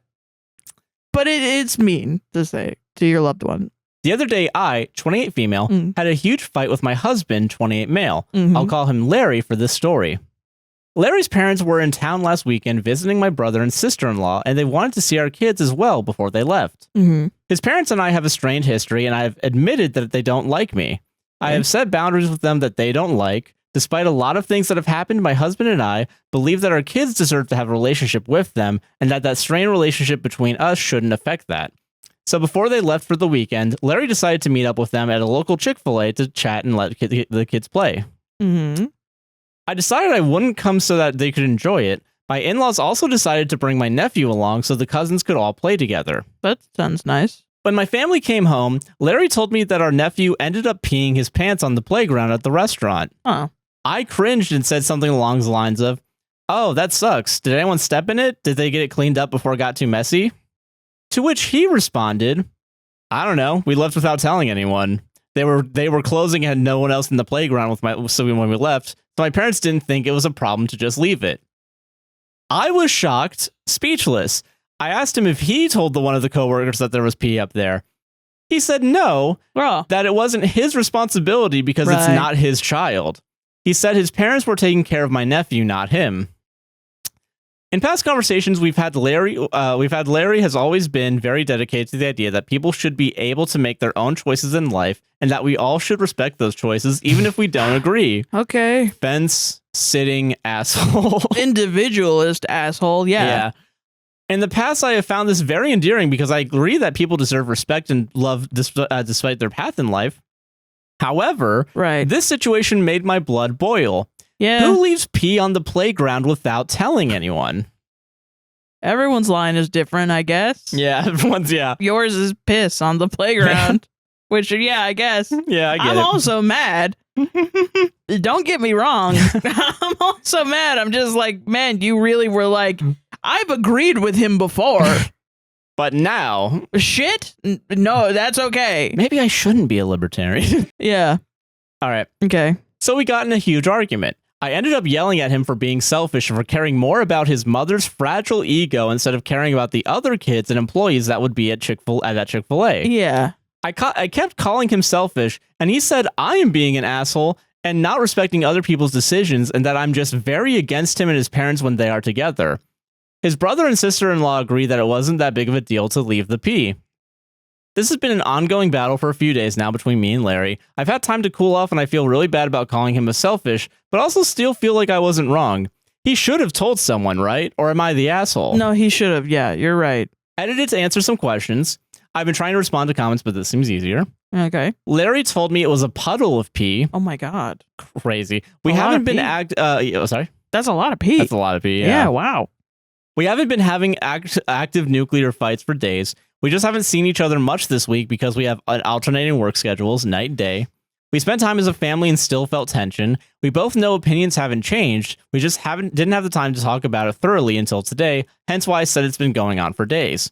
Larry told me about the pee because he was disappointed in his parents. He told me by saying something along the lines of, "It was crazy because nephew peed at the playground and my parents didn't tell anyone." To which I responded with, "Did it get cleaned? Was it messy, etc.?" Then I got upset when he didn't say anything either because he wanted to respect his parents' decision. Yeah, well, like, why? So he just wants sympathy for his parents being shitty, but he didn't do anything about it? Okay. Yeah. He said he would have said something if it was our kids that peed. Okay, wow. Oh, yeah, wow. We do love each other. Okay, all right. Okay. That is not a question. Lawyer up. Go to the gym. Delete Divorce Facebook. lawyer. Yeah. Yeah. Larry has said multiple times that he would cut ties with his parents if I asked him to, but I maintain that family is important, so I don't think I'm looking for something to be angry about every time they are together. His philosophy doesn't make sense, because why would he do it if you wanted him to? Because doesn't he make his own decisions? Apparently, yeah. Weird. Yeah, you're right about that. Okay. I recognize that despite our core values on societal well-being versus personal choice is very, very different, I still had no right to call him names and have apologized. We are going to try counseling. Yeah, I mean, the name calling is never good, and especially if you're married and, you shouldn't be calling people names, but why would he be like, I would probably do the same thing. He is a wimp. Like, why are you complaining then to me?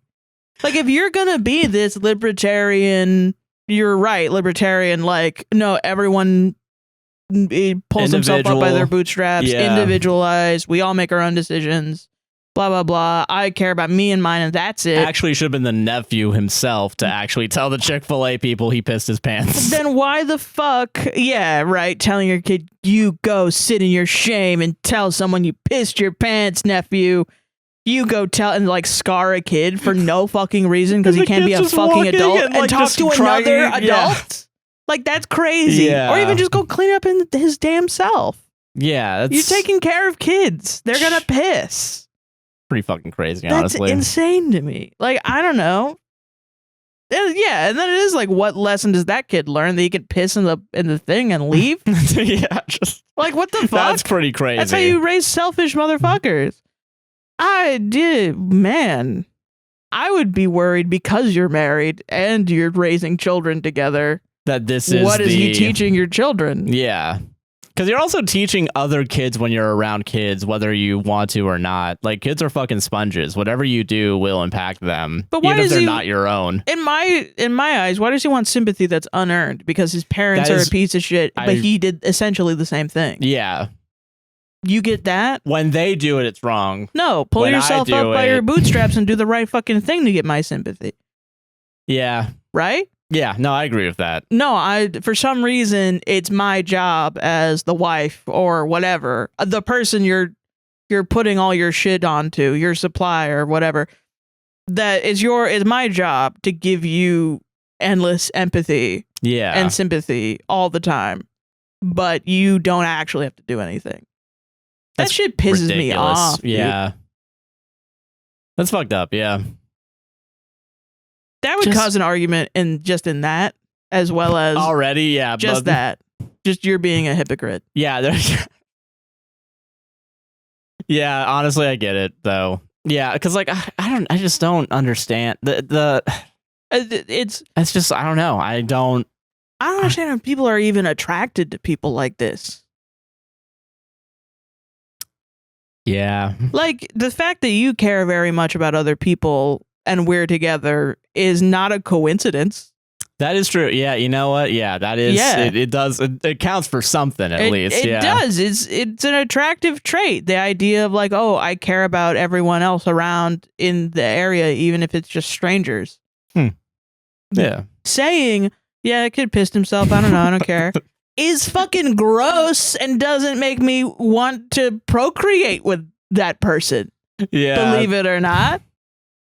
Or hang around them even if my friend was like, I don't give a shit, it's not my kid. I'd be like, come on. I'd be out of there. I don't know. I feel like that's kind of, I don't know. I feel like when it's like, like kids are usually, I'm assuming 9 times out of 10, like innocent people, they're just tiny adults that, they're learning shit. Well, and it's also like, I mean, who hasn't pissed their pants as a kid, honestly? As an adult. Superman? Like, I don't know. Yeah. Fucking you're Clark Kent out here, the perfect American, and you've never pissed your pants in a ball pit before? Yeah. You're crazy.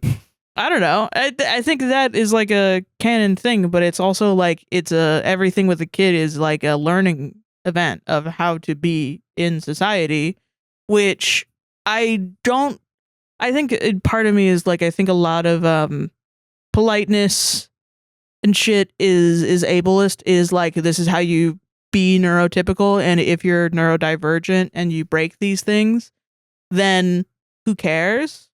Or, well, if you're neurodivergent and you break these things, then I care very deeply because you're not acting neurotypical and I want to put you into a neurotypical box. Because it's bad to be neurodivergent and you're not supposed to act that way.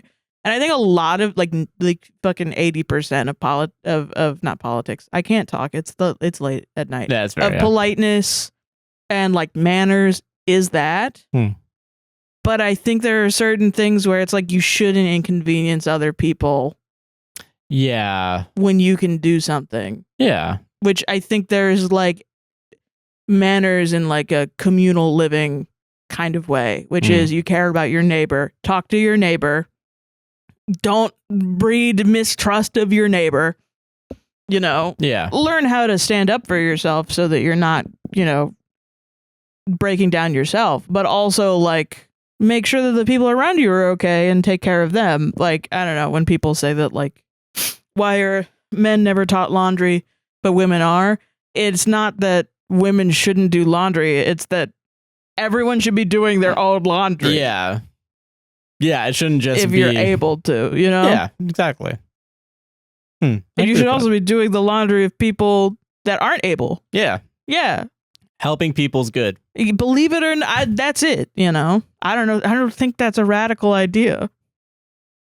Sadly, it is. Yeah, I mean, a lot of shit that you've taught me manners-wise, I wasn't taught growing up.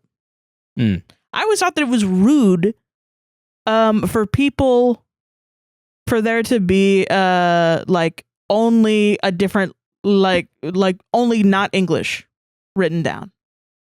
My mom specifically was like, that's rude. You should be upset at that.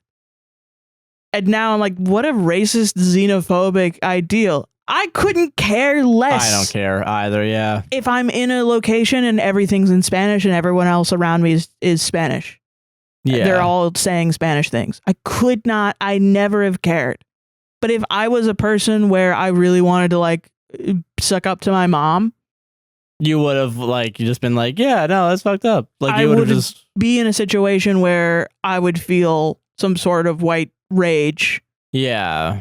And take out this internalized racism that was literally implanted into me. Yeah. I was like, that's what they're being rude on purpose rather than just they're talking to each other. It's just like, that's crazy. Yeah. Yeah. No, I agree with that. Yeah. Jesus, man. Yeah. I don't know. I think it's wild. I think it's wild too. Solved it. Solved it. I thought you were gonna say. Sorry, I got so serious about the pissing in the ball pit story. Yeah.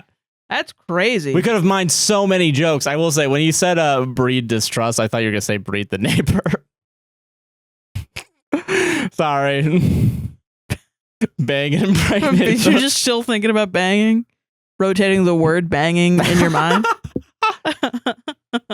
Just like 3D text, like one of those, like the Windows screensaver. Yeah, so it has the yeah. time and date, just rotating back and forth. With pipes in the background. Yeah. Am I the asshole for abandoning my bastard alien baby at my mother's house without ever telling my wife? All right, so this is a hostile Sims one. This one is like, one of these days, like it's gonna be, dude. Yeah. You know what? I'm going to treat all these as fucking real. You want to know why? Why? Because people recreate themselves in the fucking Sims and then they play people how they're supposed to be. You're so right. This one is so based in reality. Yeah, the one with aliens. 38 male alien. I picked the right time for this argument. 38 male alien was recently abducted by my own sister. My wife, 35 female, is a scientist, so this happens quite often, especially since I frequently come and go from my home in Sixham. I returned a few hours later and thought nothing of it, assuming it was just a visit with my family. At the time, my wife was in her second trimester with our first daughter, Anastasia, who is now 10. After my wife gave birth, I began experiencing symptoms of an alien pregnancy. Ooh. When I went to a doctor's appointment, I learned that I was already in the third trimester with a baby girl. By then, it was far too late to get an abortion. I was heartbroken. How could my own people do something like this to me? A day or two later, while my wife was away on a work trip to Sixham, I gave birth at home to Liliana, now 10. In a moment of desperation, I went to my parents' house nearby. Since they were also aliens, I handed them the baby and quickly explained the situation. Surprisingly, they quickly agreed to take care of her, which struck me as odd because they never really liked children. I also noticed how shifty they were. Seeing how fidgety my mother was, I asked her what was wrong. That's when I got the horrible truth. They were the one who stationed me to be impregnated. They believed that me having a baby with a human was wrong, so they thought this would change my mind. They put my sister up to the task of abducting me. Years have passed since that incident. My parents have recently died, and Liliana has been adopted. That's an abusive family, Jesus. I haven't seen my daughter since, nor my sister. To this day, my wife has no idea what happened, and my daughter will never know she has a half-sister that was technically conceived by incest. Am I the asshole? Yeah, no, you're not the asshole. Well, there's the incest button. There it is. Found it. Wow, my Sim's biggest secret so far is she peed herself at her bestie's wedding. Yeah. Full fucking circle, baby. Yeah, full circle. Did she leave it there? Or did she fucking mop it up? Yeah. I let someone else mop it up. I just left. Yeah. I just left and I didn't tell anybody. You know what's funny about that too is I think sometimes you do that, you come back like days later, it's still there. Yeah, nobody mopped it up. Yeah. That's crazy. Damn, so if nobody mopped up that piss in that ball pit, a bunch of kids are playing in that kid's piss. Wow. I'm still pissed at that. I'm pissed. Yeah. It's crazy. No, it is crazy. I get it. I didn't know that you could do that with aliens and Sims. I didn't know you could do that either. I'm learning a lot today. Like half of these are like things you actually can't do in The Sims, but you just like add to flourish like the story. You know, you're gonna get a lot of comments of people saying, "What the fuck? Yes, you can. You." I don't know anything about The Sims, a game I played never. So a game you literally play more than me. Shut up. You play on stream with people at twitch.tv/Joshua Chandler. Prime sub. Thank you for that segue. Yeah, now we're ending the show. No, you have your next one, right? I know, I do, yeah. Yeah, no, I don't. That's crazy. Yeah, I know you can like spawn in as an alien now. Yeah. Crazy. Yeah, it is crazy. That's it. Yeah, no, that's it. That's Solved crazy. it. Solved it. It's crazy and not the asshole. Yeah. I don't know how you could be. That's wild. I don't remember what my last one is. It's so funny. I need to not read the full stories. I should just go off of titles from here on out. No, that's bad, actually. Don't flip me the bird. There's a bird in here. No. Final story of the night, dude. Let's go. I'm so tired. Same. I'm hungry as shit, dude. Mm-hmm. Am I the asshole? My mom won't come to my baby shower. Oh, okay. I'm 31 female, 25 weeks pregnant, and have a baby shower planned for May. This is also my first pregnancy. Okay. My mother told me she would buy me the travel system or a car seat that I wanted. Okay. I found the perfect one on Amazon. The travel system I picked out actually fits all makes of their car seats, parentheses baby trend. If my husband needs the stroller, the other car seat will be compatible, and we wouldn't have to swap out car seats if one of us had to take the baby. It was convenient for us. That's cool. I sent my mother the link for my registry and told her to buy from there so nothing was bought in duplicates, and I could see exactly who bought what. I could thank them, and that it would send directly to my house so I could get things set up faster. Okay. Baby shower is more so people can come together if they want to buy little things off the registry. I sent her the link about a month and a half ago when I first started it, after we found out the gender, and she didn't buy anything. Okay. A week ago, I got 2 notifications from Amazon that the car seat was bought by my aunt and uncle, and the travel system was bought by my sister. I messaged my mom to let her know and offered her to buy the other car seat that would fit our baby after she exceeded the 35-pound weight limit. I also explained that I still needed a few other big things like a tub, our house only has a shower, and bassinet, or anything else that it was still listed on the registry. She was more than welcome to throw in for those since I know she wanted to help, but I explained I no longer needed the travel system or the separate car seat.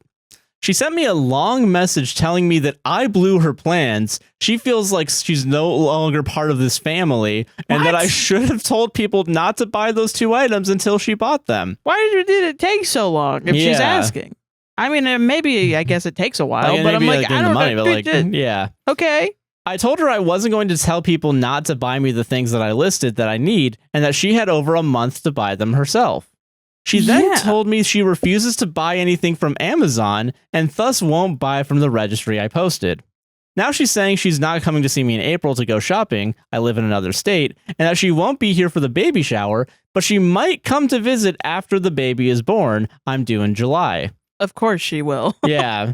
She then sent me a check in the mail and told me to buy what I needed myself. TLDR, my mother won't come to the baby shower because family members bought things off my registry that she wanted to buy separately, but didn't want to buy from Amazon. Why didn't she tell people not to buy it? Yeah. I will say, if you're going to tell people that, if you're going to I can understand wanting to boycott Amazon, right? I think you should say that up front. But I don't think it's like her mom is like, I'm boycotting Amazon because of economic reasons. I think her mom is saying, I don't want to buy something off Amazon because it's not like personable enough as a gift. Like, I think what her mom is saying is, I can't buy a gift for my daughter for her baby shower, so I feel like I've been one-upped okay, I get as that. a mom because I should be buying a big thing. Because obviously, I'm inferring that it was hard for her to buy the gifts that she said she was going to buy. And that also, I don't know really the dynamic because my mom and I don't talk, so we don't really, fair. But I assume the dynamic sometimes is the mom buys the grandmother to be buys a big thing. Just from the baby showers that I've been to, usually grandmother has a hand in organizing the baby shower and also buys a lot of gifts because they're excited or something. And it's just because I've been to baby showers where people have a lot of money to spend on their children, which is what you do. So no judgment. Yeah. But because she couldn't for some financial reason, or she didn't because of she forgot or something, she feels guilty and she's putting it back on OP. That's what I'm thinking. I don't think she's like, let's boycott Amazon because of global warming. I don't think it's that. I think it's all right. You're right. I live in an ideal world where I also don't buy from Amazon, so I get it. It wouldn't matter either because the car seat and the other shit and the travel system also came from Amazon. Yeah, that's the thing too. Yeah, you're right about that. Yeah. So even if she did buy them, it might be a financial thing, but she's just kind of pitching a hissy fit because she didn't get to do what she thought she was going to do. Yeah, and that's fucked. I don't know. Fucking, what am I thinking? I guess I feel weird. Like, what is it? Like, hearing that you're not going to go to the baby shower, and also the idea that maybe you'll visit when the baby's born. It just feels so non-familial. It just feels like you're really trying to. You're the one bringing yourself out of the family. Like, yeah. Like, I don't know if my mom pulled that shit with my sister when she had the baby. It was not the case. It was the complete opposite. Yeah. It was, this baby was so welcomed into the family. Yeah. So, yeah. No, it's just like, why? I don't know, man. It's also, I feel like it's kind of crazy. Maybe this is a little too far, but like the mom who's also gone through pregnancy and like having, kids. Yeah. I don't know. And like, why would you make it hard? That's what I always get with big things like this. Why are you making it harder on the people that are directly involved?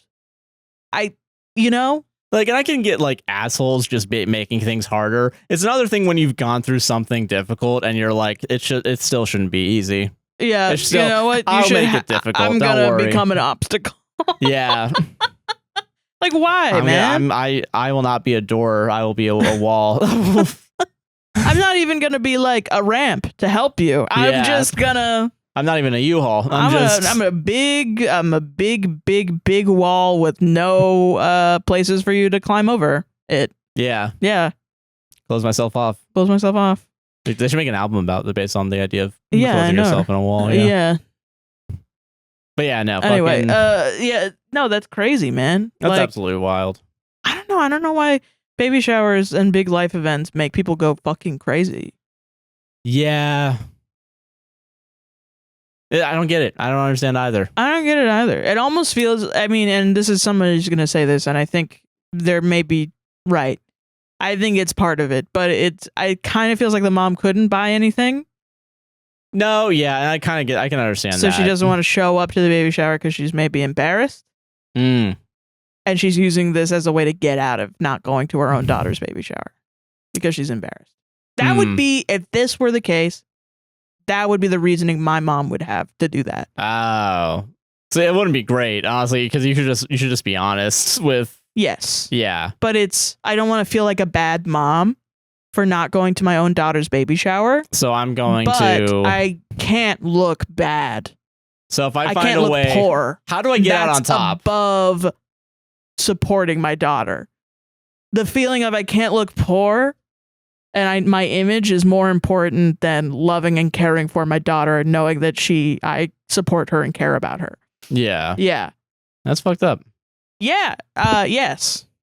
That is enough for me to be like bad person. Believe it or not. Seems like you got like experience from your past to help you tell what motherly behavior is bad and bad, really bad. Do you think math professors, when they're like 1 + 1 = 2, do you think people go up to them and say, seems like you have a lot of experience with 1? Or no? Probably not. No, probably because not. it's fucking facts and that's it. Maybe because it's fucking facts and that's it, and I don't have to have fucking experience to say that this woman is insane and stupid. Going to your English professor, man, you got like a cool relationship with T. It's crazy. Do you have a lot of experience with nouns? How about adverbs? Whoa. Let's start with verbs. Okay. Yeah, okay, yeah. We Subject, predicate.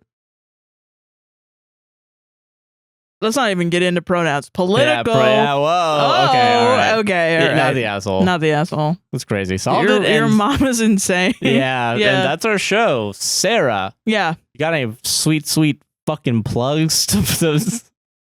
No, I only have sour ones. Okay. Sarah's I'll sour see plug. myself out. You can follow me. Sarah sour plugs. Fuck up. You can follow me on Instagram, Tumblr, Blue Sky.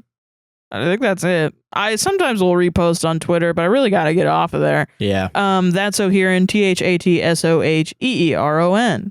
That's THATSOHEERON. And Cameo. You can. I'll say whatever you want. You can send me a story. I'll give you a decision on your story if you want. Fuck yeah, dude. Yeah. I'm Joshua Chinland on most things. A guy nicknamed JC on Twitch. Use that Prime sub. Get rid of Amazon's money, please. Yeah. Thank you. Don't forget to like, comment, subscribe, hit the gosh darn bell, rate us 5 stars on Apple and Spotify podcasts. APWSTR Productions on YouTube. A podcast saves a relationship on all podcasting platforms. APWSTR on TikTok. A podcast will save this on Instagram. Yeah. Don't forget to like, comment, subscribe, hit the gosh darn bell, rate us 5 stars on Apple and Spotify podcasts. Let's go. And support the podcast financially with buymecoffee.com/APWSTR or patreon.com/APWSTR. We also got mutual aid links. Yeah, so we got Palestine, Congo, Sudan, Lebanon. I think we have Yemen in there also. I will check later to see if we do. And we also have fire, California wildfires, hurricanes, situations like that. And red cards. Print them out at your home printer. And they translate from English into various languages. Your rights when dealing with ICE. So yeah. Yeah. There you go. And that is pretty much everything. Enjoy the rest of your day. Yep. Have a good one. Take it easy. Bye-bye. Bye.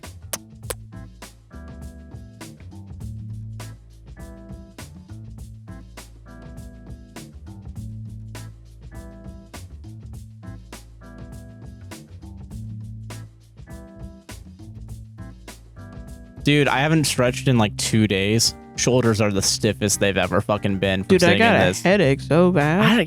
What's with? I don't know. Like usually, like last week, I was sitting fucking pretty. Like I wasn't. You were sitting pretty. You are pretty. No, thank you.